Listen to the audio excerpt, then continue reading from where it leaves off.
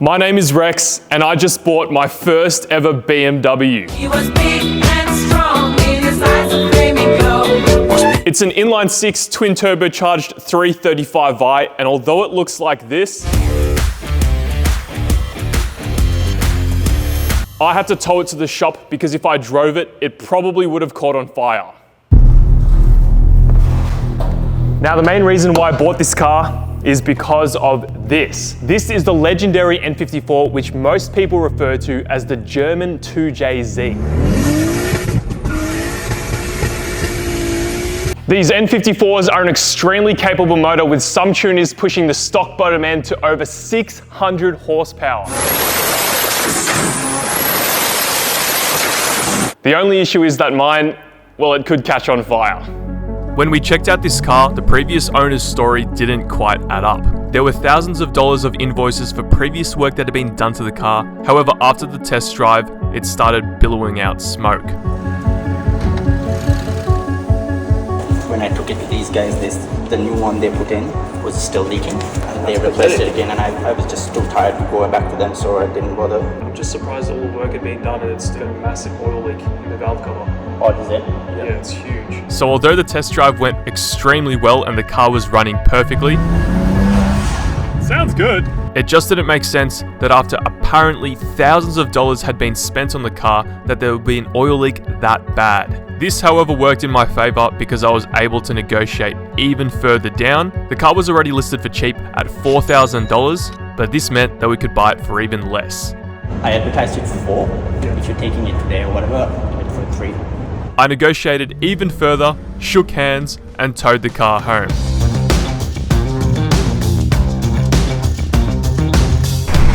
What the hell is that? It looks mint. 6 grand, 7 grand? How much? You're not gonna believe it. $2,700, bro. 2,700? Yeah. So guys, here it is, the cheapest BMW 335i in Australia. Look at this thing. My man. I'm shocked. Bro, that's ridiculous. So guys, we got a bargain. $2,700 for a 335i in today's market is a steal. However, we still don't know the underlying issues. The engine could be toast, but we're gonna find out together. So this is the crazy part. When we originally went to go look at the car, we found this in the car. It's all the services that this thing has had over the past few years. And the previous owner has spent thousands of dollars keeping this thing over the past like 5 or 6 years or so. Here we go, let's look at the first invoice, $3,000. Looks like some work for the seat belt, another $178 for some coolant, another $3,172 to do an oil filter, a service, to do some bonnet struts, $400. Here we go, here's a big one, $5,055. Holy moly, so what are we at now? 5, 3, we're currently at 12 grand. Another $1,000 here for engine oil, oil filter housing gasket, labor. There's the biggest cost right there, $640. Now it makes sense that the labor cost was the most expensive because these cars are extremely difficult to work on. And I've got to fix it. This car, over the past 5 years, has had $15,000 spent on it. Bargain of the century, baby. This inline 6 is smoother than my silk Versace underwear. So the first thing we're gonna do is we are gonna charge the car because the battery is completely dead. I actually had to winch it onto the trailer and I really don't wanna buy a new battery because we got this thing for so cheap. Hopefully we can get it operational. Oh, there we go. It's charging, nice. It's like glitching out. Look at the interior. What is going on there, man? Key in, it's completely dead. Oh, it started. It's gonna stay. Oh, it's very dead. Usually when a car battery is dead, you give it a few revs to spin the alternator to charge the battery. I found out pretty quickly this was not something you wanted to do on a BMW because this resulted in some big issues. Let's just say I learnt pretty quickly. It's not liking that. Try to keep it alive with the throttle. The BMW fanatics are probably freaking out about how I was revving it while jump starting it. Oh, why are the headlights going on? I don't think this jump starter is powerful enough. It's like Christmas in here. I don't think we should be doing this, man. Minus $400. We got a brand new battery. So we replaced the battery, which was a very big process. Oh my god, that is not easy. And then we ran into another problem, and this problem prevented us from starting the car. Guys, I have no idea what's going on right now. For some reason, I can't even start the car. The steering lock is defective according to the dash. And every time I put the car in accessory mode, the wipers just suddenly turn on. Key in. All right, we've got some errors going on. My wipers are on for some reason. Steering wheel lock error. And the car just turned off. This didn't happen before. What the hell? And the wipers won't go off. Ah! Coincidentally, this ties in well with today's video sponsor, Carly. Carly is an OBD2 scanner tool that allows you to check your engine codes and diagnose problems, and also reflash your ECU to clear codes or add different features that your car didn't come with from factory. And we actually need this thing to see what the hell is going on with this car. So let's quickly go check the codes. So if you're not familiar with these OBD2 scanners, then you need to check out this Carly scanner. Essentially, if you have an issue with your car and you want to read a fault, all you need to do is plug in the Carly scanner into your OBD2 port, then connect it to your phone via Bluetooth, and then you can troubleshoot issues, maintain your car's health, unlock exciting features. And because we just installed a new battery on the BMW, we also need to recode it to the BMW itself. Luckily, the Carly scanner can do that as well. It even comes up with your car. Look at that, that's my E92. This is the section that we need. We need to clear some codes, so I'm gonna go into diagnostics, check for issues. The Carly scanner's just finished finding 21 issues and 18 ECUs apparently. What? Let's click show results. I'm a bit scared here. We have a video module issue, transmission issue, audio system issue, multimedia issue. Oh, there's more. Very bad. Just sounds like every other BMW issue that you'd ever see. Wouldn't get this problem in an AU Falcon. So the Carly scanner has scanned the ECU in the E92 BMW, and we have this issue that is preventing us from starting the car. It's 00A0AA, and apparently that is a control unit fault. The Carly scan tool also allows you to add different features that your car might not have had from factory, and also customize features. So if we go into coding, we can change things like the power windows being able to have power after the ignition's off. You can set it to 1 minute, 2 minutes, 5 minutes, and 15 minutes. You can also turn on a digital speedometer. So you don't have to look at the analog dial. You can actually look at a digital speed dial, which is pretty cool. And we're gonna turn that thing on. Thanks to Carly for sponsoring today's video. We were able to read the code with their OBD2 scanner. If you guys want to grab one of these, then use the code REXH for 15% off on their website. If you got one of these cars, you need one of these because you won't be able to do any work unless you know what's wrong with them. And the Carly scanner is going to help you diagnose issues, because without this, honestly, I don't know how I would have figured that out. Because these goddamn BMWs need special tools and thousands of dollars of computers, and you can't do anything with normal Allen key bits, we've called in the backup. Bringing the big guns out. So the Carly scanner came up with the code 00A0AA. 00A0AA is an error fault with the car access system and can only be reset with a special BMW computer, which for some reason Peter owns. So we reset the module and then the car started.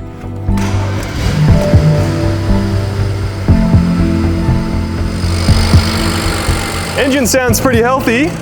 But have a look at this. All the valleys between the head, between the cams, are filled with oil. Oh, you can see that it's really wet down there. You might also notice that the engine bay is missing a bunch of different trim pieces. It's missing like all the covers that go on top of the valve cover. You probably saw this in some of the clips that I was filming before, but we have boxes of parts everywhere, guys. So although this was the cheapest BMW 335i in Australia, the car still had all the trim pieces in the boot. We got extremely lucky with this purchase. Now that we got the car running for the second time, it was now time to fix the massive oil leak. New parts!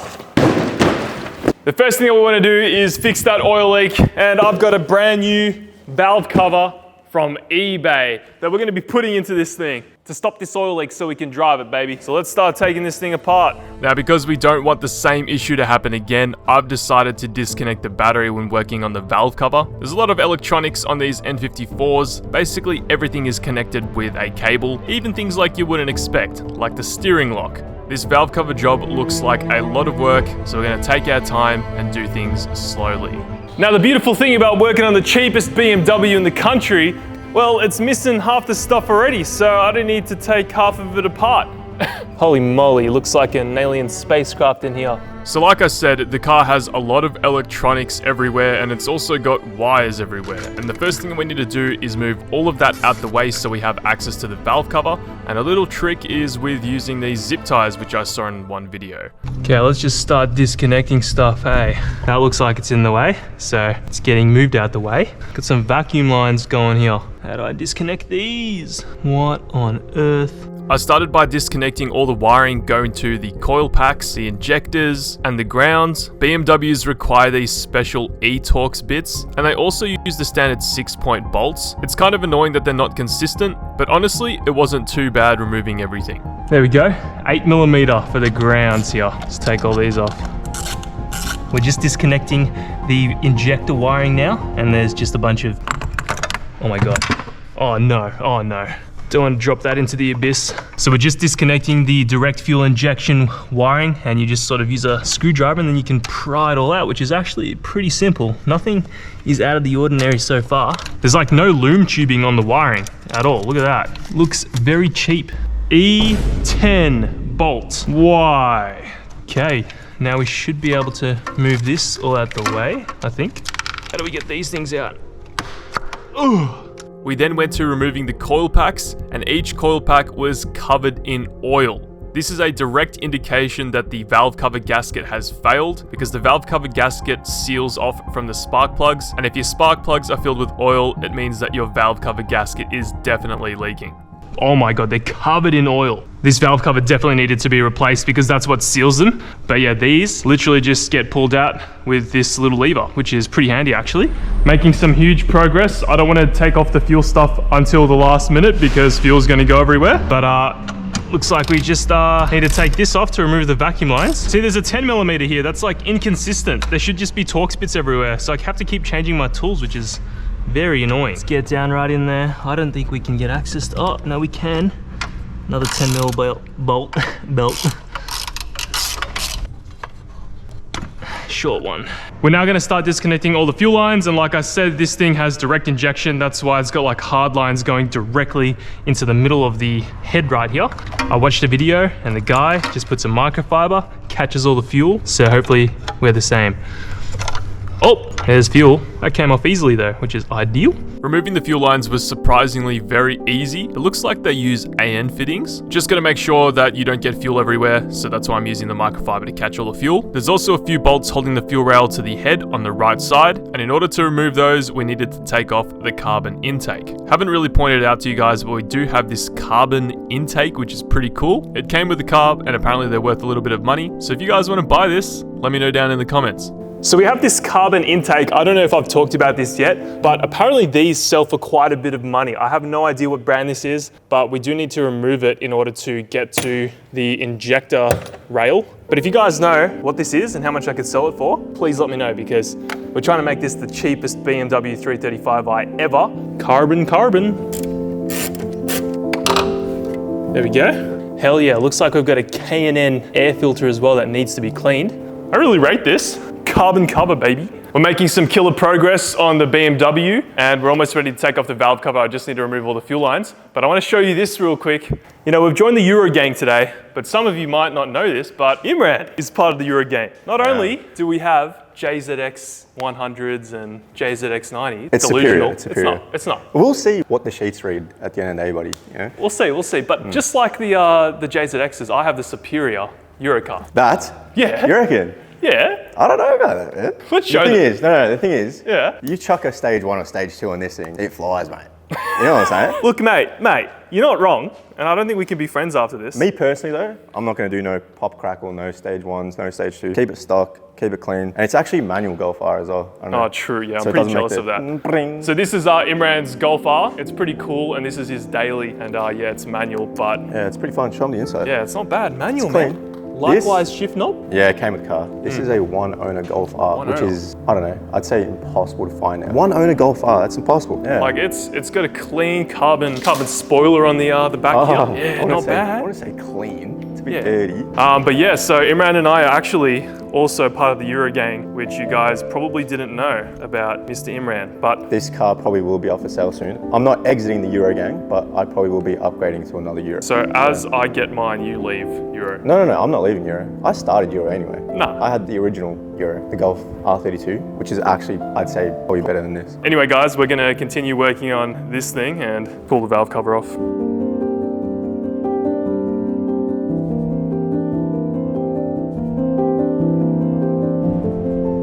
How you going, Euro buddy? Okay, we should be able to wiggle off this fuel rail now. Disconnected everything. Oh, maybe we gotta take off this. Oh, there we go. Fuel rail off. And to get this off, I didn't show this, but there are, oh my God. There are a few 10mm bolts or 11mm bolts just at the back there. Watch out, we've got fuel here in WAN. Just gonna chuck at the front.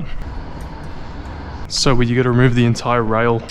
Whoa, stinky. Okay, I think that's everything. Now we just need to start removing the Torx bits all around the valve cover to take this thing off. Why are you doom scrolling? Go away. All right, we're about to take the valve cover off. Seems to be a little bit stuck on there. So I'm gonna have to pry away at it with a flathead. Oh, I don't know where we're gonna do this without scratching anything, but maybe probably start from there. Oh my God, it's on there, Jesus. Over the years, the gasket gets hard and seals itself really well to the head, so it was very difficult to pry the valve cover off the head itself. I tried my best not to nick the gasket surface, and I seemed to do a pretty good job, but it was a nightmare removing this valve cover gasket. Probably up there in the top 5 hardest things I've ever had to do in a car. There is not a lot of room to work with on these BMWs. Oh my God. What is stuck on there? I know that some of the bolts go back inside, so please just come off, you silly car. There's the gasket, which is completely cooked. Ugh. It's almost off. Please, please just come off. What's it stuck on? Just yank it, dude. Cut the clip. A few moments later. All right guys, we got the valve cover off. Have a look at this. Valve cover is now entirely off. And I will admit, that was much harder than I anticipated. It wasn't too bad at the start, removing all the bolts, removing all the wiring, but actually finagling the valve cover off, that was a pain in the ass. So here's the valve cover, and you can see the gasket is definitely very brittle and old, and it looks like we've definitely had some leaks right around there. That's where it was leaking onto the exhaust, on the exhaust side. It's even actually cracked there, I think. Yeah, looks like it's cracked or something. Not too sure. Maybe it wasn't seated right. Oh no, that's just how the gasket goes. But yeah, the gasket is very brittle and old, and it makes sense why it was leaking. Another thing I didn't realize is that there were these like spark plug covers. They sort of got caught and everything as I was trying to remove it. But you can actually see where the leak was coming out of. I'm not too sure if you're gonna see that on camera, but where the gasket meets the surface of the head, just over there, you can see a bunch of oil on the head. And that was literally going right onto the exhaust, causing smoke. We're gonna have to clean off all this old gasket material because, like I said, it's very brittle and it's like stuck to the head. And then we can put our new valve cover on. I got some unfortunate news, guys. So this is the valve cover that I bought. Unfortunately, it's the wrong damn one. There we go. I'll show you the old one to compare it to. That is the new versus old. And if you look carefully, there is the oil fill. And on the old one, the oil fill hole is over there. And they've sort of like blocked this off. And there's also a PCV hole there, which obviously the old cover doesn't have. Luckily, this was only $100. And the valve covers on eBay are very cheap. Not too sure how long they'll actually last, but yeah, we ordered the wrong part, guys. Fortunately, this came in the mail today. Oh, yeah, boy. Yeah, boy. Got new hardware. Here's a quick comparison of the new one. There you go. And of course, it comes with brand new hardware and all the bolts. What I've done is I've also put silicone just underneath the gasket I did that like about half an hour ago, so it just keeps the gasket in place. And then we should be able to put this on now without the gasket going everywhere. Before you replace any gasket, you need to make sure that the surface that you're putting the new gasket on is completely free of dirt. As you can see here, the surface was extremely oily and dirty. That's pretty bad. There was oil all over the spark plugs, as you can see here. Look at all that oil. Dude, look at that, that's bad. Edward Scissorhands. You look fine, just fine. So we started by cleaning the gasket material. It's been like an hour since we last picked up the camera, cleaning the top of the head, ready for the new valve cover. You can see it's looking pretty decent now. We're just soaking up all the oil in between the spark plugs, because in the middle of the head, it is filled. I'm honestly very surprised that this thing didn't throw like a misfire code, or maybe it did and I didn't see it, but anyway, we're gonna chuck the valve cover on, baby. So it was as simple as putting a new valve cover on, which is what I wish I could say. It was actually a pain in the ass trying to install the new valve cover, as there is no room. It's no wonder the invoices we looked at, the labor costs were the most expensive part of the job. Anyway, I pushed through, connecting up all the electrical connectors, the fuel rail, which was super satisfying to do, and then the coil packs. Boom. We will need to change the spark plugs at a later stage, and I'll do that when we need to. For now, we just want to get the car running to see if it all works. Wait, where's my 10 mil? Hang on, where's my, hey, can someone pass me the 10 mil?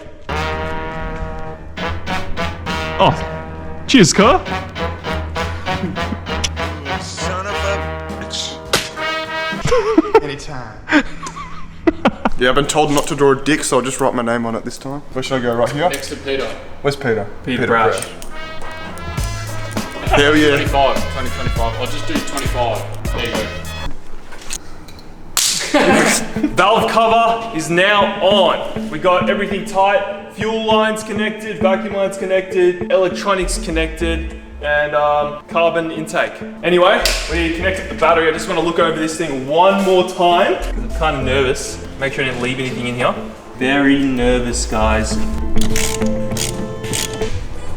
Oh, got audio. Turn that shit up. Okay, here we go. I'm incredibly nervous. As soon as we start this thing, we need to go around to the front and make sure that everything's okay. It should start smoking up a bit because we, sprayed a whole bottle of brake cleaner in there. Except, start. Oh! Okay, bit of a misfire. Engine fault, reduced power. Well, it's misfiring. Let's go have a look at it. Now, I'm not gonna lie, guys. My heart sank. This was a huge fright, as a problem that could occur after installing a new valve cover could either be hours of my time lost or worse. Thousands and thousands of dollars to fix. I kept my cool behind the camera, but internally, I was scared. I don't know, maybe a vacuum line or something, because I'm pretty sure I plugged everything in.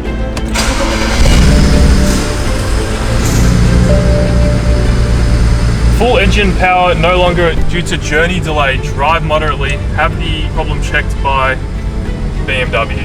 Yeah, you. Give it another rev.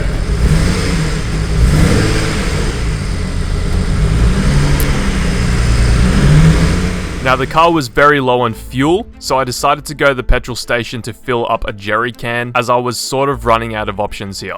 We really need a staircase up here or something. So I can't believe this. I just had one last look at the car before I went off to get some fuel, and I figured out the misfire. Let me show you. I was just checking all the cables, and turns out I didn't connect up one of the injector wires. So, oh, wrong way. Fuel injector number 6 plugged in. Let's try to start this one more time before we go and get some more fuel for it. Here we go. Bet you it's not gonna misfire now. Yep. There we go, running mint. So we still have a check engine light, so we're gonna have to probably clear the codes. Also, we need to fill it up with petrol because we have like 12 kilometers left. All right, we're back from the servo. Got my 20-liter jerry can.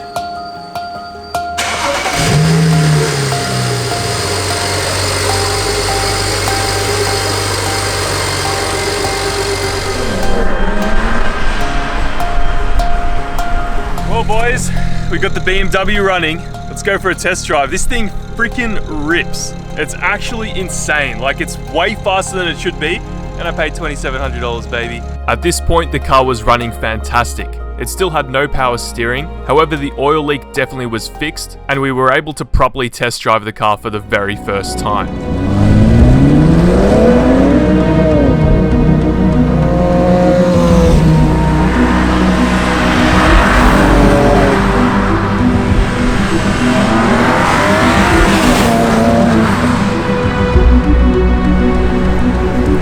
Alright, first pull. You ready? Oh! We got no power steering though, but it rips. Dude, it's so quick. It might have a tune, I don't know. I think it might have a tune. Yeah, I think it has a tune, man. Alright boys, here we go.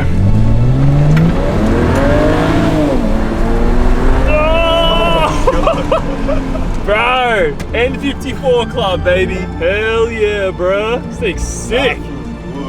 It's so fast. I'm not messing around now with one turbo, we got two. Got the AC running, got the speakers, the iDrive. This feels good. Oh,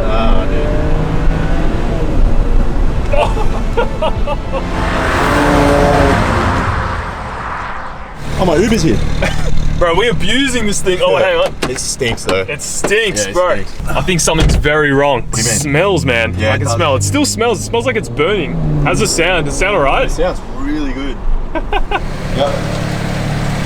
Smoking, man. Really bad. That doesn't make any sense though because we just replaced the valve cover. Oh my god. Not again. Man, you fix one oil leak and you find another. BMWs, bro. Oh no. So again, I went into panic mode because this could have been a really expensive problem that needed to be fixed. After replacing the valve cover, which was where the main oil leak was coming from, it was still smoking up. Luckily, my friend PJ, who you guys know from the older videos, came around on his bike and he said it was probably remnants from the valve cover leaking so bad. So I got out some brake cleaner, sprayed everything down, waited for it to all dry, and thankfully that fixed the oil smoking problem. I'm a bit lightheaded from the brake cleaner. Whew. Gotta be careful when spraying that stuff because that stuff makes you feel all sorts of ways. Anyway, it's time to fix the power steering pump. So we're gonna jack the car up now, replace the power steering pump. Don't know how bad of a job this is gonna be, but hopefully as easy as the valve cover because that wasn't too bad. So this is gonna be our first look underneath the BMW for the very first time. I'm very curious to see what this thing is like because I had a look underneath before I bought it and I couldn't see any oil leaks and the drip tray was off as well. So yeah, just like I thought, guys. Check this out, there's like no oil leaks at all. It is completely dry under here. I can't even see a bushing that's bad or a ball joint. Even all the ball joints look fantastic. So I don't even know where the power steering pump is, man. I think it's just around there. Oh man, how do I get to that? So I got really lucky with this BMW. There was not a drop of oil underneath the engine bay. That is very rare for these cars because they are notorious for leaking oil absolutely everywhere. Anyway, it was time to start removing the power steering pump, which I of course had never done before. I knew this was going to be a pain in the ass because I watched a few videos and I can confirm it was not easy. There's a lot of stuff that you have to remove out of the way in order to get your hands down to the power steering pump, and you really got to take your time because half of the engine bay is made from plastic. Plastic is very brittle, and obviously with a lot of heat cycles it tends to get very brittle, so you got to take extra care when working on these engines. I'm also going to do a service to the car because it was overdue, so after taking everything apart we headed down to Autobahn to grab some oil. Alright guys, we are now here at Autobahn picking up some oil for the BMW. Autobahn, been helping out for ages, and we're gonna grab some oil and a filter, get the BMW running. Got all the oil that we could ever need at Autobahn. What do you reckon we should get? 540, you don't want anything too thick. 540, yeah, that sounds about right. 6.5 litres. So it says that we need 6.5 litres and it's suggesting 5W40. I picked up 10 litres of Penrite 10W40. And once again, guys, Autobahn has been a massive helper of the channel. They're providing the oil today for this BMW. If you guys want anything tools related, service related, dash cams, audio, you name it for automotive, then head down to your local Autobahn because they've got everything. Oh, jeez, there's not a lot of room in here. Don't want to crack that pipe. This bloody cooler's in the way. I think it's a oil cooler or something. Oh my God. We've got the pulley bolts off now, and now we can take the belt off. I don't even know where this socket's going. Jesus Christ. Oh, this cooler is just in the way, man. Last bolt at the back. I've managed to somehow get the tool in there. Here we go. There we go. All right, we've almost got the pump out, guys. A lot of swearing. We've disconnected a power steering line, which was disgustingly hard to do. Got the fluid all drained. And apparently the next thing we're gonna do is take off the power steering lines from here. Now the annoying thing is, guys, there's one-time use clamps. One-time use clamps on the BMW, which means you can only use them one time. So we need to chop them off. How the hell am I gonna get to that? Oh my God, why BMW? Why make this even harder than it already is? How the hell am I supposed to get this off? Oh, it's so close to smacking the radiator as well. I never wanna do this ever again. Jesus Christ. That's the power steering pump. I don't know if the steering rack could be bad, but yeah, look at that. Shit job. And of course, look, it's also got another one-time use clip. It's got a one-time use clip there. You want to play League of Legends now? I really want to play League of Legends with my best friend Draven. That's me. Okay. Get me out. So we've got the old power steering pump off now, and I just got the new pump in the mail. Not too sure what brand this is, but it was cheap. It was about $250 on the interwebs, and it's exactly the same as the standard pump. It just doesn't come with any lines. So we're gonna have to put the line that's currently on the power steering pump onto the new one. And the frustrating thing about BMWs is for some reason they use these one-time use clamps everywhere. So come on, focus your dog. So as you can see, there's a one-time use clamp on the hose right here, and because it's got some pretty hectic bends, we've got to make sure that we put it back in the exact same way. We also have to take off the bracket that holds the power steering pump to the motor. So a few Torx bits, we'll clean this up, take this hose off, line everything up, then put the new power steering pump in, and hopefully the cheap one works. Luckily on the OEM hose, there's a little marker showing where it needs to go. So when you're putting it onto the new pump, you can put it on exactly where it needs to go to reach the power steering reservoir. Of course, I had to break this clamp. I then put the hose onto the new power steering pump, and then we were ready to install it onto the engine. We've got the old brackets connected, and it's now time to finagle this thing back in, which is not fun. So I'm gonna put the camera down and play with it myself. Otherwise, I'll probably start rowing. What's a bro, Nathan? Bro. Give us an example. While we're doing this, Nathan has bought a new car. If you guys want to see this AU Falcon, then head over to his channel. He bought an AU Falcon from the wreckers, basically. It was crashed, so it does belong in the wreckers, but Mate. it's not any AU, it's an XR6, you see that?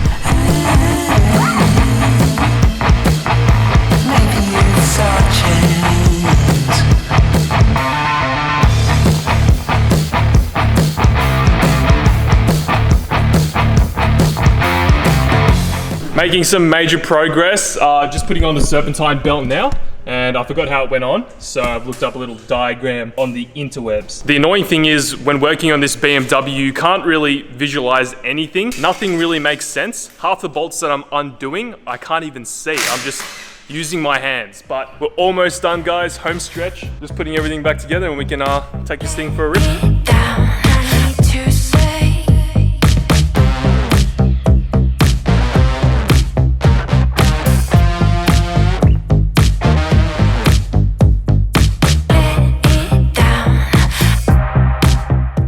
Right, this is exciting, guys. We've got one more piece to put back in the BMW, and then we can finally start the car. The radiator fan shroud. Very excited, guys. We have everything installed now. New power steering pump. Bit worried because it was one of the cheapest ones on the internet, but yeah, we are ready to start the car. We're gonna connect with the battery. Okay, guys. Okay, guys. Okay, guys. I'll do it, Nathan. Hello, guys. Today we're working on my do it, Rexton. Okay, guys. Okay, guys. Okay, guys. Here we go. This is 6 hours of work. Please. Oh! Got power steering. We won't know until it's on the ground. Oh, it's pretty loose up in the air as well. Oh, I gotta chuck it on the ground. Are you scared? I'm very scared. I'll fill it up with some power steering fluid. New power steering pump installed, however we wouldn't be able to tell if it was going to work until the car was on the ground. Now while it was in the air, I decided to do a quick oil change with the oil from Autobahn. Good hit. Nathan helped me out, removing the oil filter, replacing it with a new one. So we had fresh oil, a new power steering pump, a new valve cover gasket, no oil leaks. If this all worked, this BMW was an absolute steal. That's all good.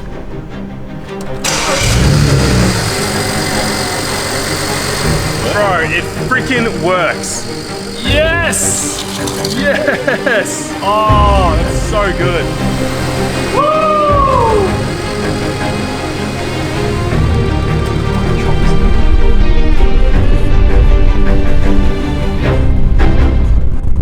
Okay, so we now need to check the oil level. And in classic BMW fashion, this thing does not have a dipstick. So you have to do everything on the cluster right here. For some reason it's not here. It makes sense if it was here. But you actually have to go cluster, go like this, service info.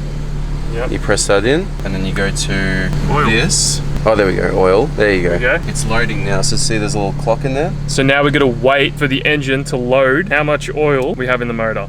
Very odd. Like back when I used to work on Audis, it was always here. And you would also have to wait for it to warm up because it wouldn't, obviously the cold oil level is different to warm oil. But you couldn't have the car running on Audis, so this is different. Look at that, perfect.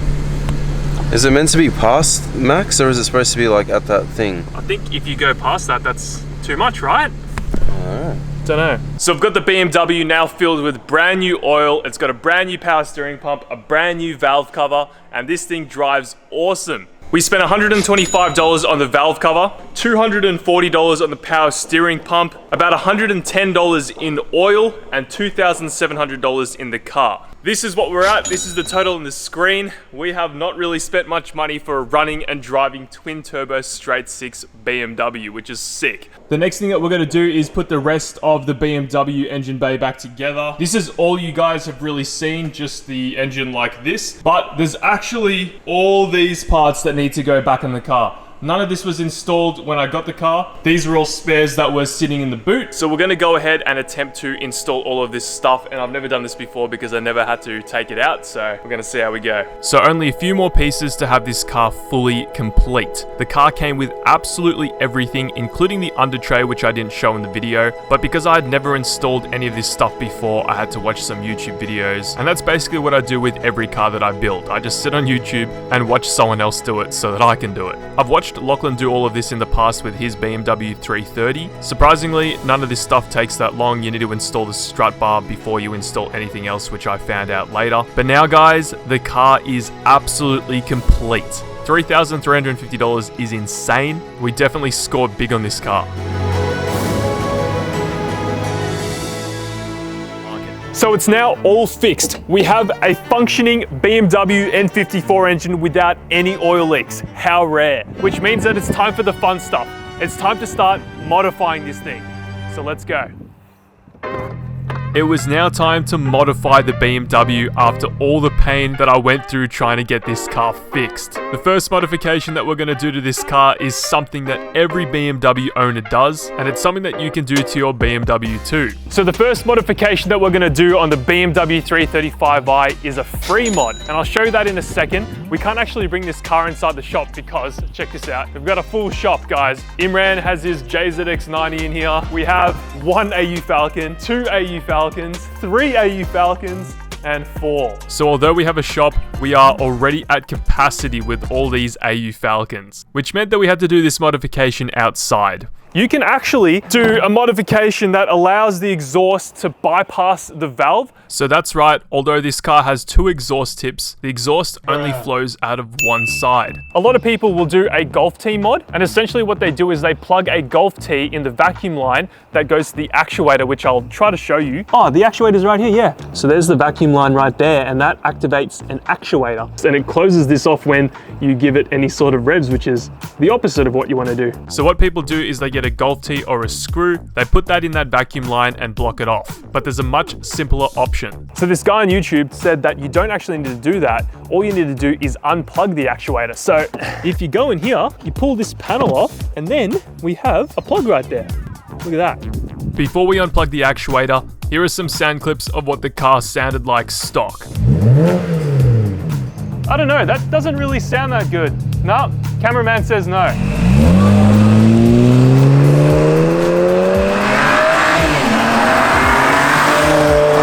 So we're gonna unplug the actuator now. So there's the clip right there. It's a 2-pin clip, and that opens the valve full time.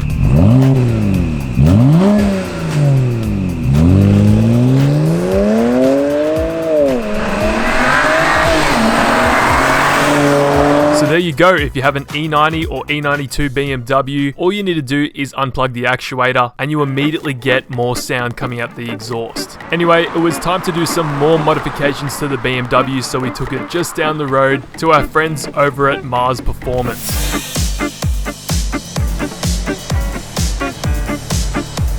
So guys, we are now here at Mars Performance, only just down the road from our shop, and we are here to modify the BMW 335i. Originally, I wasn't actually going to modify this thing, I was going to keep its stock body and everything, but I got in contact with Mars Performance and we're going to be putting an entire body kit on this thing. I really love the stock look of these cars, but I think you can make them look even better with just a simple body kit. So we're going to head into the showroom now and we're going to order a body kit and make the BMW look even better than it already does. So Mars Performance is just around the corner. They invited me down to check out their warehouse and showroom, and man, this place is absolute goals. They've got parts here for all sorts of different cars, including Audi, BMW, Mercedes, JDM cars, Fords, Holdens, basically everything. But I'm here for the E92, so I'm going to order some parts, and we're going to turn the cheapest 335i into the nicest 335 ever on a budget.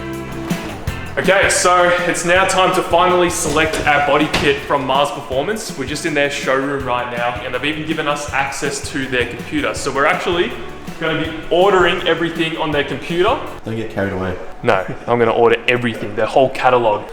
As much as I'd like to get everything for the E92, I only selected a few things that I really wanted, and I think it's enough to make the car look fantastic. Once I put the order through, I sat in their showroom, read some magazines, and not long after that, we got some new parts from the warehouse delivered right to us.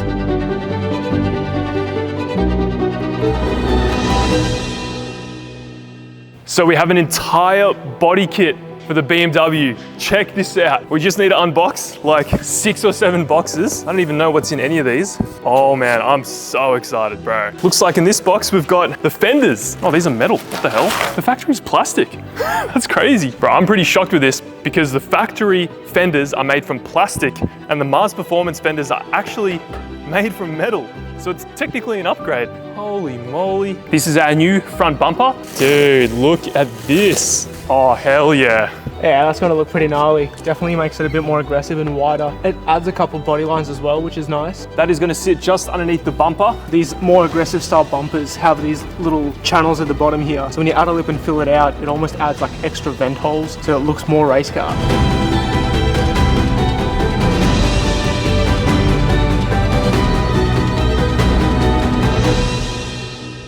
It was now time to load the body kit up and take it back to our shop. Thankfully, Alex bought his Prado and it only just fit everything in the back of it. Now, massive shout out to Mars Performance. If you guys want to get any body kit stuff, make sure that you head over to their website first and check it out. They're local to us and they're supporting this E92 335i build. Now let's bring the E92 back to the shop and get this body kit installed.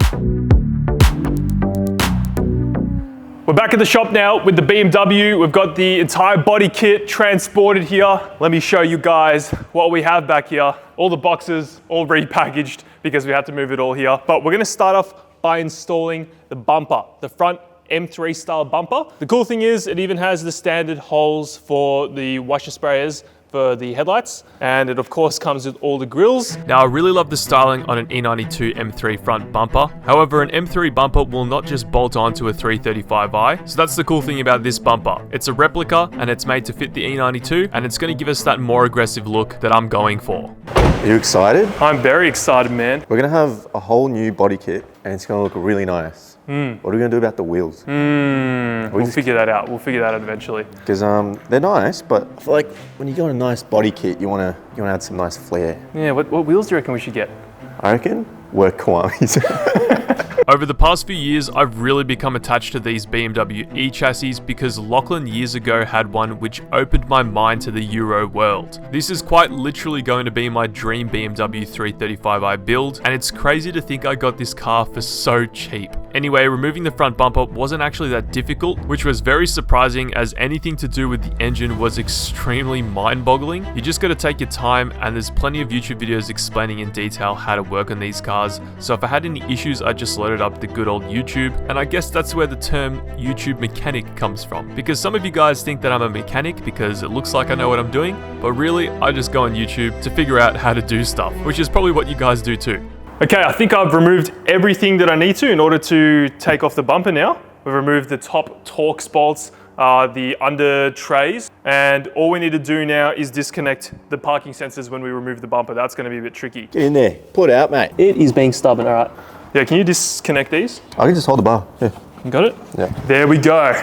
Bumper off, baby. So we've got the new bumper here. Have a look, guys. And just taped to the back of the bumper was this little package right here. Now, unfortunately, there are no holes for the parking sensors included, so we're gonna have to drill our own. But we, of course, get these in the box, which are the little brackets for your parking sensors. So we'll be able to stick these on from behind and then sort of line everything up. That's gonna be really intimidating, but at least we have those. We've also got the little covers for the headlight washers, which is cool. And of course, we got some grills. Shall we test fit one of these? Yeah. Do they screw in? Yeah, they screw in. Just place it on. See how Place it it looks. on. There we go, just like that. Look at that. But we're now gonna test fit this on the car and see how it looks. So the test fit went really well. We did have to do some modifying to the air ducts going to the brakes though. Other than that, it's almost as simple as taking the old bumper off and putting the new bumper on. But of course, with a different style, there is gonna be a bit of modification required. Just making some holes now for the plate. The most nerve-wracking part. That's it, boom. Is that straight? That looks pretty straight to me. That looks good. I hope that's straight. Bumper is now installed. Look at this, guys. Looks so good. The fitment on this is genuinely perfect. It fits every little surface exactly the way you want it to. No weird warpage or anything like that. The final piece of the bumper, of course, are the grills. And we went ahead and got some M4 grills from Mars Performance as well. Final piece of the puzzle. Yeah, you like that? Nah, I reckon that, oh, nah, it looks cool actually. Yeah, you like these? Is that supposed to be the M4? Is that how the M4 grill is? These are the M4 grills, yes. I wanted to try these out. Originally, I wanted to go the standard style E92 grills, but they had these on their website, so I was like, may as well try out the M4 grills. But I'm pretty sure these just click in, hopefully. Hopefully, this just goes right in. Oh, look at that. God damn. Got to make sure all the tabs are lined up before putting force and everything. Snaps right into place. A satisfying snap. Oh, that's satisfying. Look how much better that looks with these M4 style grills. Originally, I wanted to go the standard ones, but I do not regret this at all. They look so good. Damn. Damn. Holy moly, bro. That looks insane. We just need to put the lip on and stuff. That would complete the whole look, but this is just the beginning. Just the beginning. So we got the bumper off the BMW now because we need to take off the fenders, and obviously to get to the fenders you need to have the bumper off because the bumper bolts right into the fenders. Looks like there's just a bunch of 10 mils on the fender itself. We might need to remove the side skirt as well to get to the fender bolts, so I might have to remove this first. The kit was coming along nicely. I was really taking my time because half this car is made from plastic. The side skirts were held in with some clips on the top, some bolts underneath, and some more plastic clips on the quarter panel. After the side skirt was removed, I then started to remove the passenger side fender as I went with these fenders which look absolutely incredible. This is where I really had to take my time as there's a few tricky clips in order to remove the fender. There are also a few 10mm bolts in some tricky places, but with a bit of patience, anything is possible, and we got this fender removed without breaking anything. So we got the old fender off and we are now going to install the new fender. Now this new fender is an M4 style fender, and of course it has like some trim pieces here, but before we install those, we're going to install this onto the car and see how it fits. The original ones are made from plastic, these are made from metal. which means the quality is very good. So let's see what this looks like. Bro, that looks sick. Not bad at all. Look at that, guys. We're gonna have to transfer some of the parts over from the old Fender to this Fender, like the brackets down here. But damn, this is looking sick. Oh yeah. Got a bit ahead of myself and installed the front bumper again and the side skirts. Let me show you what these things look like. Oh my God, look at how good this looks. Holy crap. We got the M Sport side skirt on. You can't really see because it's black, but it's got a much more aggressive point just in the middle of the side skirt right there. I'll show you the other side for comparison. You can see the standard skirt doesn't really have any sort of line in the middle of it. It's literally just flat. But yeah, have a look at that, guys. This is just looking freaking insane.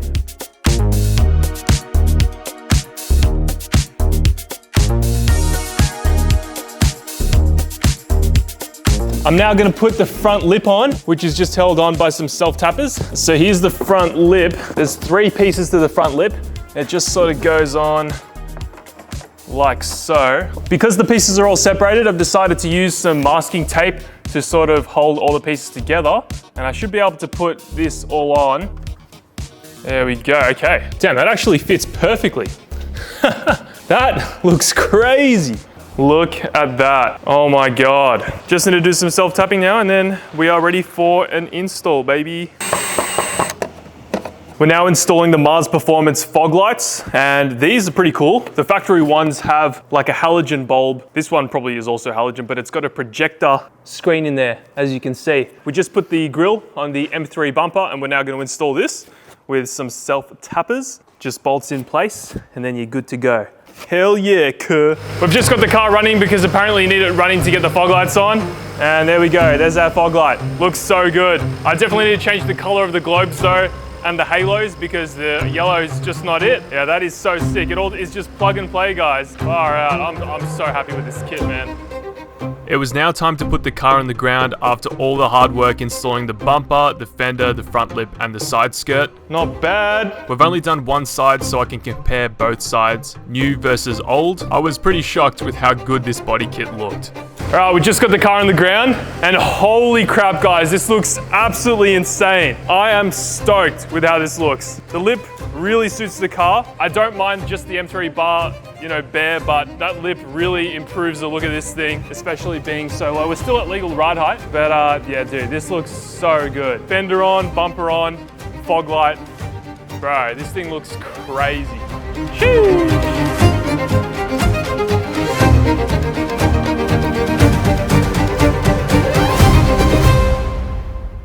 Magic sheet, let's go. Cali take to give you my, let's talk. Dude, holy moly, that looks so good. I've got the car flipped around now so that we got more light working on the bumper, but obviously the body kit is not painted or color matched to the car at all. So we do have a few options here. I could paint the car, but then I can't change the color ever again. So I'm gonna wrap it. Don't know what color yet. So I want you guys to comment down below what color you think that I should wrap this thing. I've got a few colors in mind. I put up a story on Instagram asking you guys what you think that I should wrap this thing. So I am going to be wrapping this car, so let me know what color you think I should go in the comments down below. The sky is the limit. We could wrap this thing any color, but I want to know your thoughts. You guys already know what's in this box.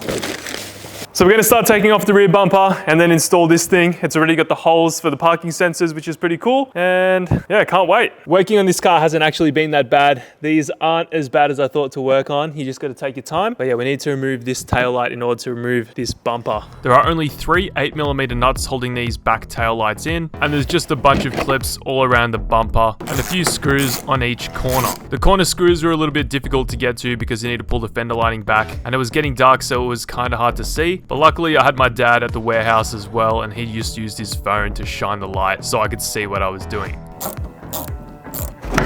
Those are not easy to get to. Now wait. How are you going to protect this now? Okay, so I've taken off the rear bumper now. We're now going to install the new bumper. We're just going to sort of test fit it, get it in place, and then put everything else back, like the parking sensors and all that. But for now, I just want to see what it's going to look like. All right, perfect.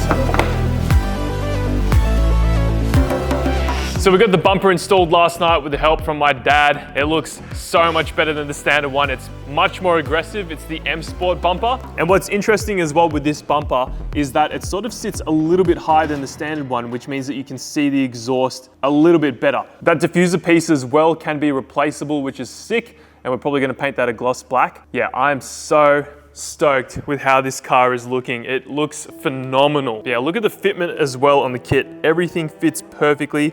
The gaps as well all line up. Look at that. There's a close-up. I'm not hiding anything from you guys. I think the biggest difference between this and the standard kit is that this has just sharper edges everywhere, and it sort of cleans up that smooth look that these cars have. Like that lip and splitter is very straight. The bumper, more curvy, more sharp edges, and the side skirt as well, which is hard to see with this lighting. Here's a look at the rear as well with the lights on. Oh yeah, that's sick.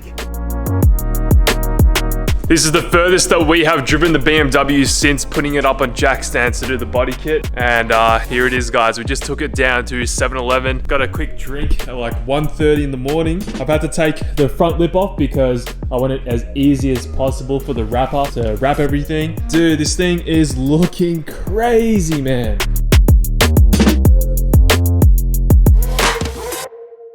Anyway, with the car sprayed down and the body kit installed, it was now time to take it down to the wrap shop.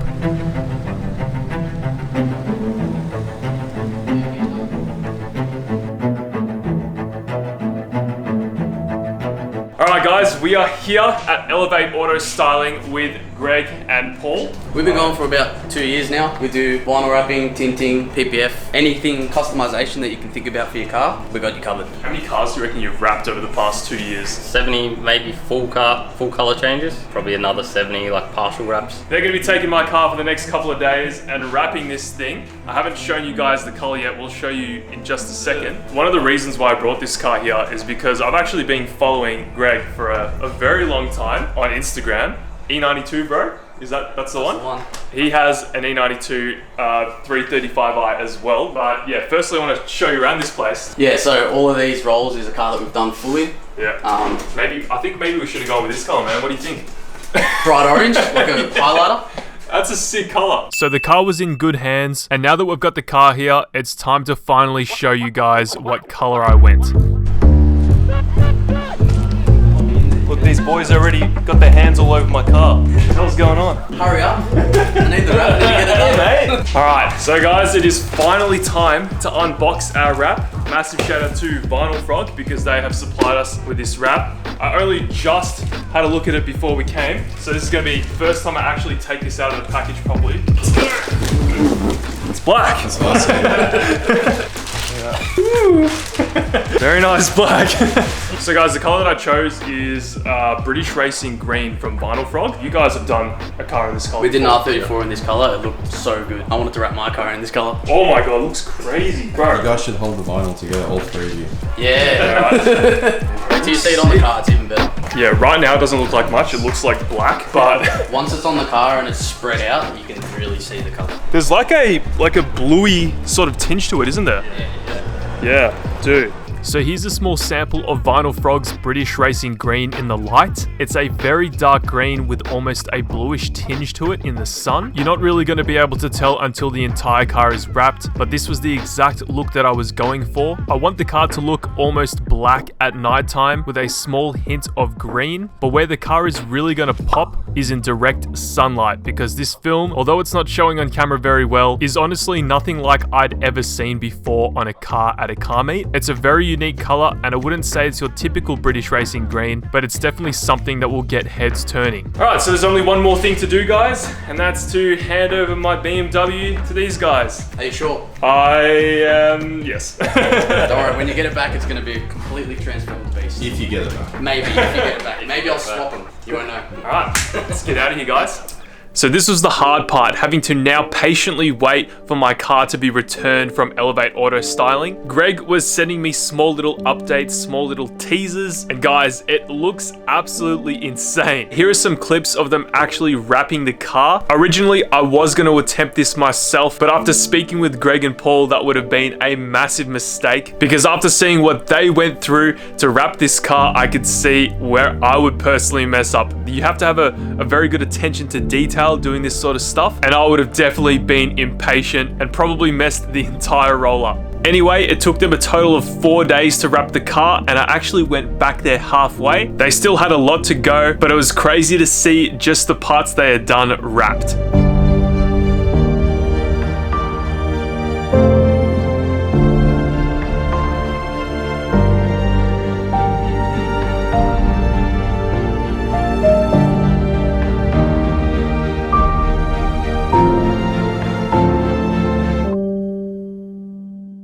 Alright, so it's been a couple days. We're going to go head back to Elevate Auto Styling and we're going to check out the wrap. And just a bit of an update for you guys on the 32. It's still sitting here. We'll make a video on this soon. But yeah, this video is about the Beamer, so let's go. I wanted to take the BF Falcon, but of course the battery was so dead that we couldn't even jump start it. So we just drove the Camry. Anyway, let's go see how the boys at Elevate are doing.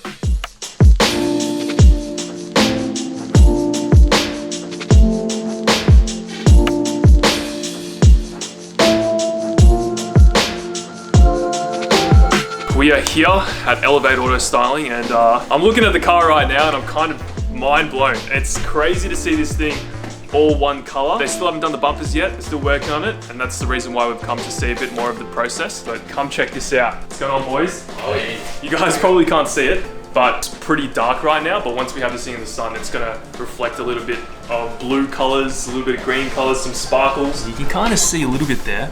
This is what the guys had accomplished after 2 days. Everything was going smoothly, but they did run into one problem.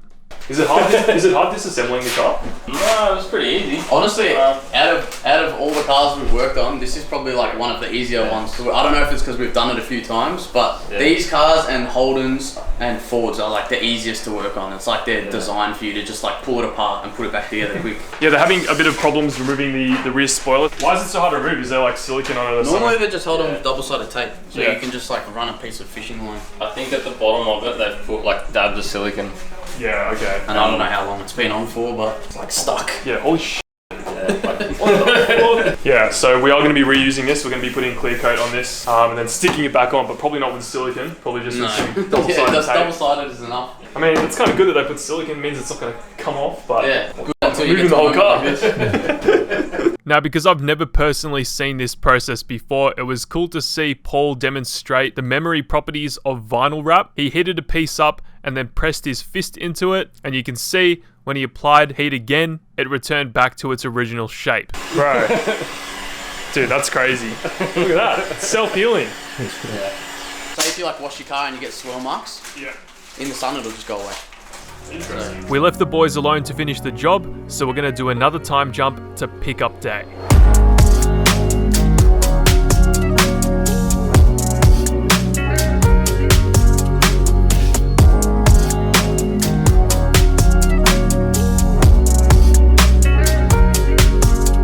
Alright guys, we are now back. It's been a couple days and we've got the BMW right here. Check this out. I already saw this thing we were driving through and I've had my initial reactions. It's freaking insane. The car honestly looked crazy. It didn't even seem like it was wrapped. It looked like paint. This wrap from Vinyl Frog is an incredible color. And if you want to go check out their website, head to the description down below. We went with the British Racing Green, of course, but there are a bunch of other colors to choose from. And the boys at Elevate absolutely killed it. They've used Vinyl Frog in the past and have had some big success, but of course it all comes down to their skill. And I honestly couldn't point out any flaws in their work. So as we said before, like we just pulled the whole car apart. Then from there we just went and just wrapped all the easy parts and left the shitty parts like the bumpers to the end. There's a few little imperfections because of the paint that was underneath. I didn't really show that to you guys on YouTube, but that's one thing that a lot of people don't know about wraps as well. Like if you don't already have good paint, it'll show all your imperfections through. So it's always better to get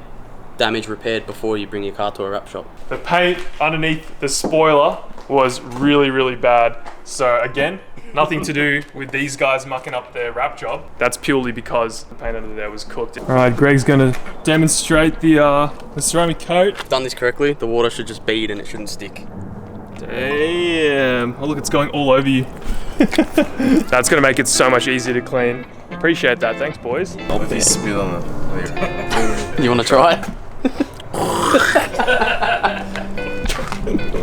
Now, if you guys use the code REXH when inquiring for a wrap at Elevate Auto Styling, you will get 5% off all services. They do everything from wraps, PPF, tinting, custom lighting, and custom interiors. They also supply some great products, including their ceramic coating, which they can do on your car as well. Definitely go check out their Instagram page and their website. And of course, they're a small local business, so if you head to these guys, you'll be supporting the boys, and I have a massive passion for that. All right, guys, we are now back at the shop. Check this out. The car is finally here, and yeah, it looks insane. The camera's finding it hard to focus because it's so glossy. What do you reckon, man? Sparkles. Sparkles. But we now, of course, before we take any photos, we need to put all the rest of the kit back on from Mars Performance. The fog light, the lip, and also the sensors, because we want to be able to have parking sensors. I took a bunch of parts off the BMW so I could get it back as soon as possible from the wrap shop. Disassembling your car will obviously make it easier for the wrap shop. So I had the bumper sensors out, the grills, the front lip, so we needed to put all of that back. The only issue is the parking sensors come color matched from factory, so I was going to have to wrap them, which I had never done before.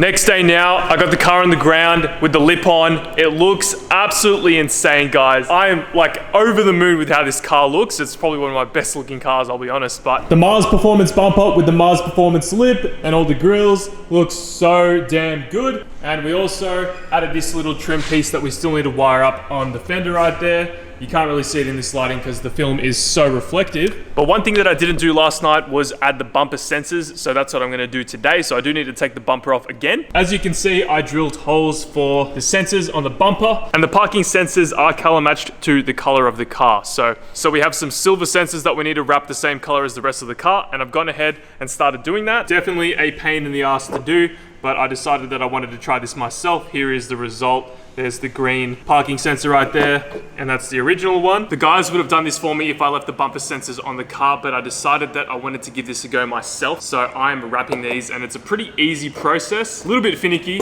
You do need some tools. You basically take off the rubber on the parking sensor, then you clean that, and then you put a piece of wrap on there, use a heat gun, cut everything with a knife. So I'll do that quickly, and I'll show you the results. This was actually very satisfying to do, and it wasn't crazy hard. Obviously, wrapping the entire car would have been a pain in the ass, but we did a pretty good job. So here's the sensor all wrapped now, and you can see I didn't need to go all the way down to the bottom there because this rubber piece goes right over. So you don't even see any of those cut marks. I then installed the new fender trim on the new fenders. These are M4 style fenders, so they've got this black trim piece. You do have to wire these in with just 2 wires going to the standard plug. I got these all installed and all working, as you can see. However, they did not fit with the standard washer bottle. I'm gonna have to source an M3 washer bottle because it'll have that cutout for the vent. So we'll have to get back to this another time, but it looks pretty damn cool.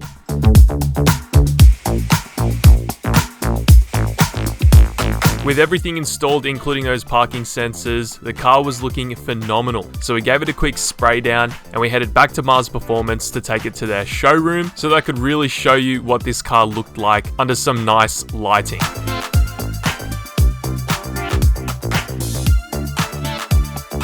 Alright guys, we are now back at Mars Performance in their showroom with the body kit fully installed with the vinyl wrap. This thing looks crazy.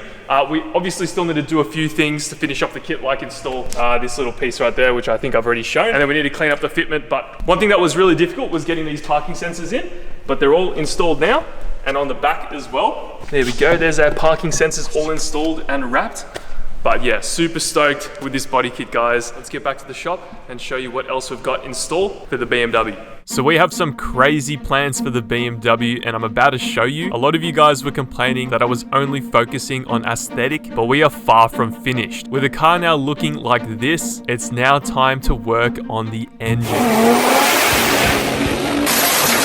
Back in the early 2000s, BMW was facing stricter emission standards and rising fuel economy targets. Their high-revving, naturally aspirated engines were starting to fall behind, so in 2006 they brought back the turbo and introduced the legendary N54.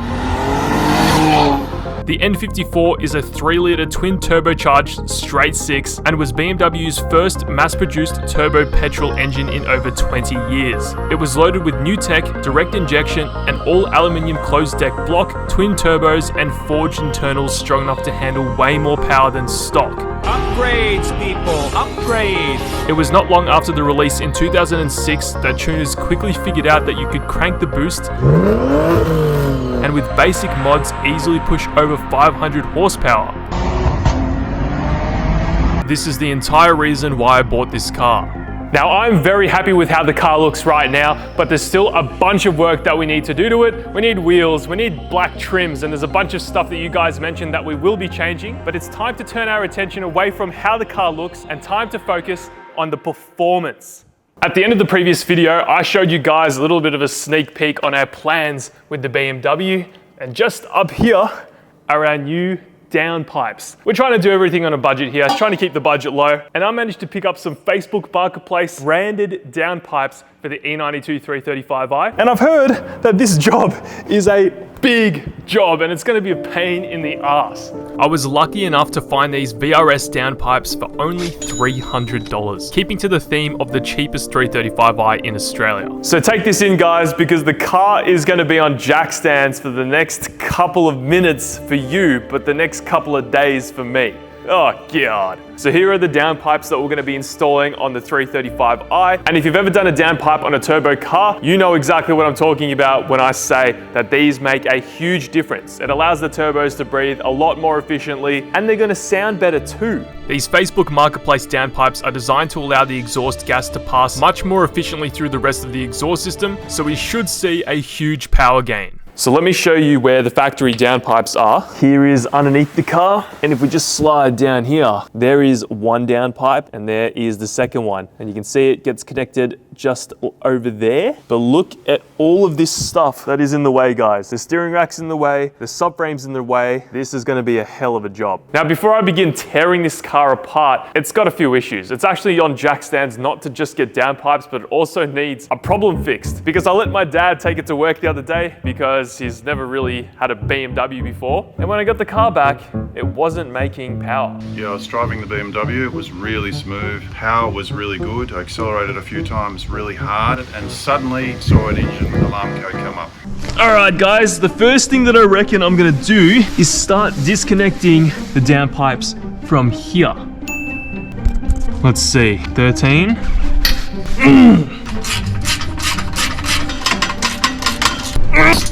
The best practice when working on cars like this is to take your time and slowly undo everything that you can see that's in the way. There's no point ever taking shortcuts working on a BMW because it will end up being 10 times harder and you probably won't get the job done at all. In order to get to the V-band clamps that hold the downpipes to the turbos, there's a few things you have to remove and do. The first thing to do, of course, is disconnect the exhaust from the downpipes, which I've already done, as well as remove the subframe brace. I then started disconnecting the engine mounts with the 2 bolts underneath the subframe, and that's because in order to change the downpipes, you need to drop the subframe. Yes, how good is that? Now, I'm not sure what the process is on a left-hand drive E92, but on a right-hand drive E92, it's a little bit different because the steering column is in the way. You could probably get away with a few shortcuts on the left-hand drive models, but we live in Australia, so every car here is right-hand drive, which makes this job suck. So I've watched enough videos on doing downpipes on a 335i to know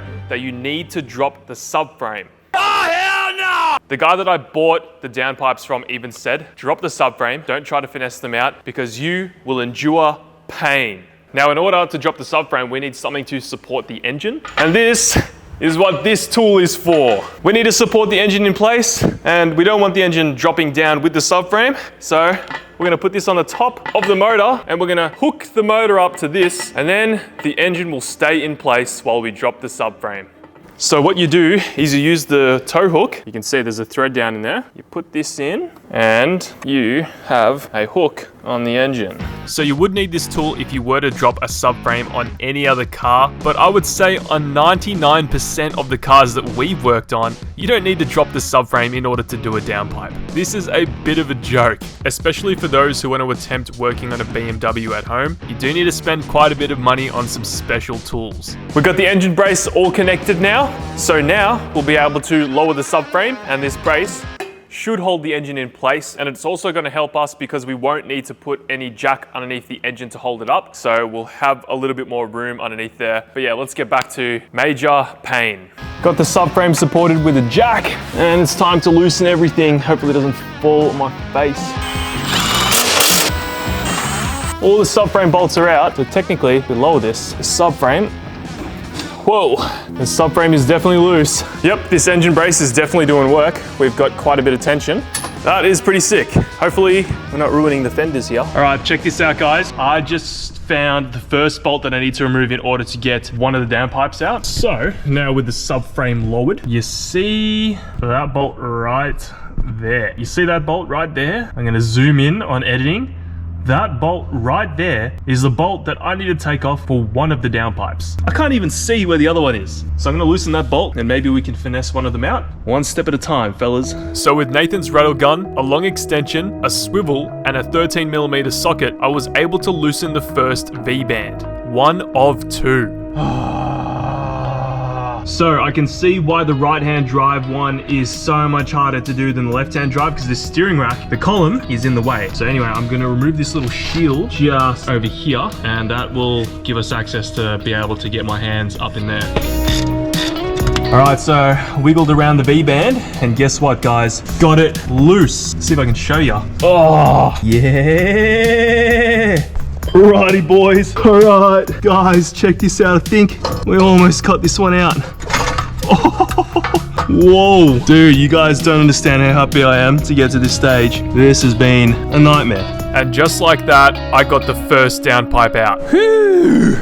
So here it is, guys. This is the first downpipe, one of two. This was a struggle to get out. This took me about 5 hours just to remove because I had to undo so much crap, and then to finesse this out, it was a pain in the ass. So here is the old versus new, and you can see that even the bends in the standard pipe are very restrictive. There's like barely any flow able to happen out of the standard pipe because it literally just cuts straight down. It doesn't even have some nice pipe work. It's literally just like a triangle, whereas this you can see is a proper 90-degree bend, and there should be a lot more flow potential with this one. Anyway, I'm gonna start trying to remove the other downpipe. I don't even know where the V-band is. Yeah, the camera is not gonna be able to show much of this at all, but there is a V-band that I need to take out. I just gotta make sure that I put the O2 sensors in the right spot. The other downpipe was even harder than the first, as it's almost impossible to get from beneath the car. It also caused me to say many bad words, which I won't repeat, but yeah, I had to get the V-band clamp bolt off from the top of the car, and just look how much room there is. I was literally elbows deep in this thing. Did I get it? Oh, I got it.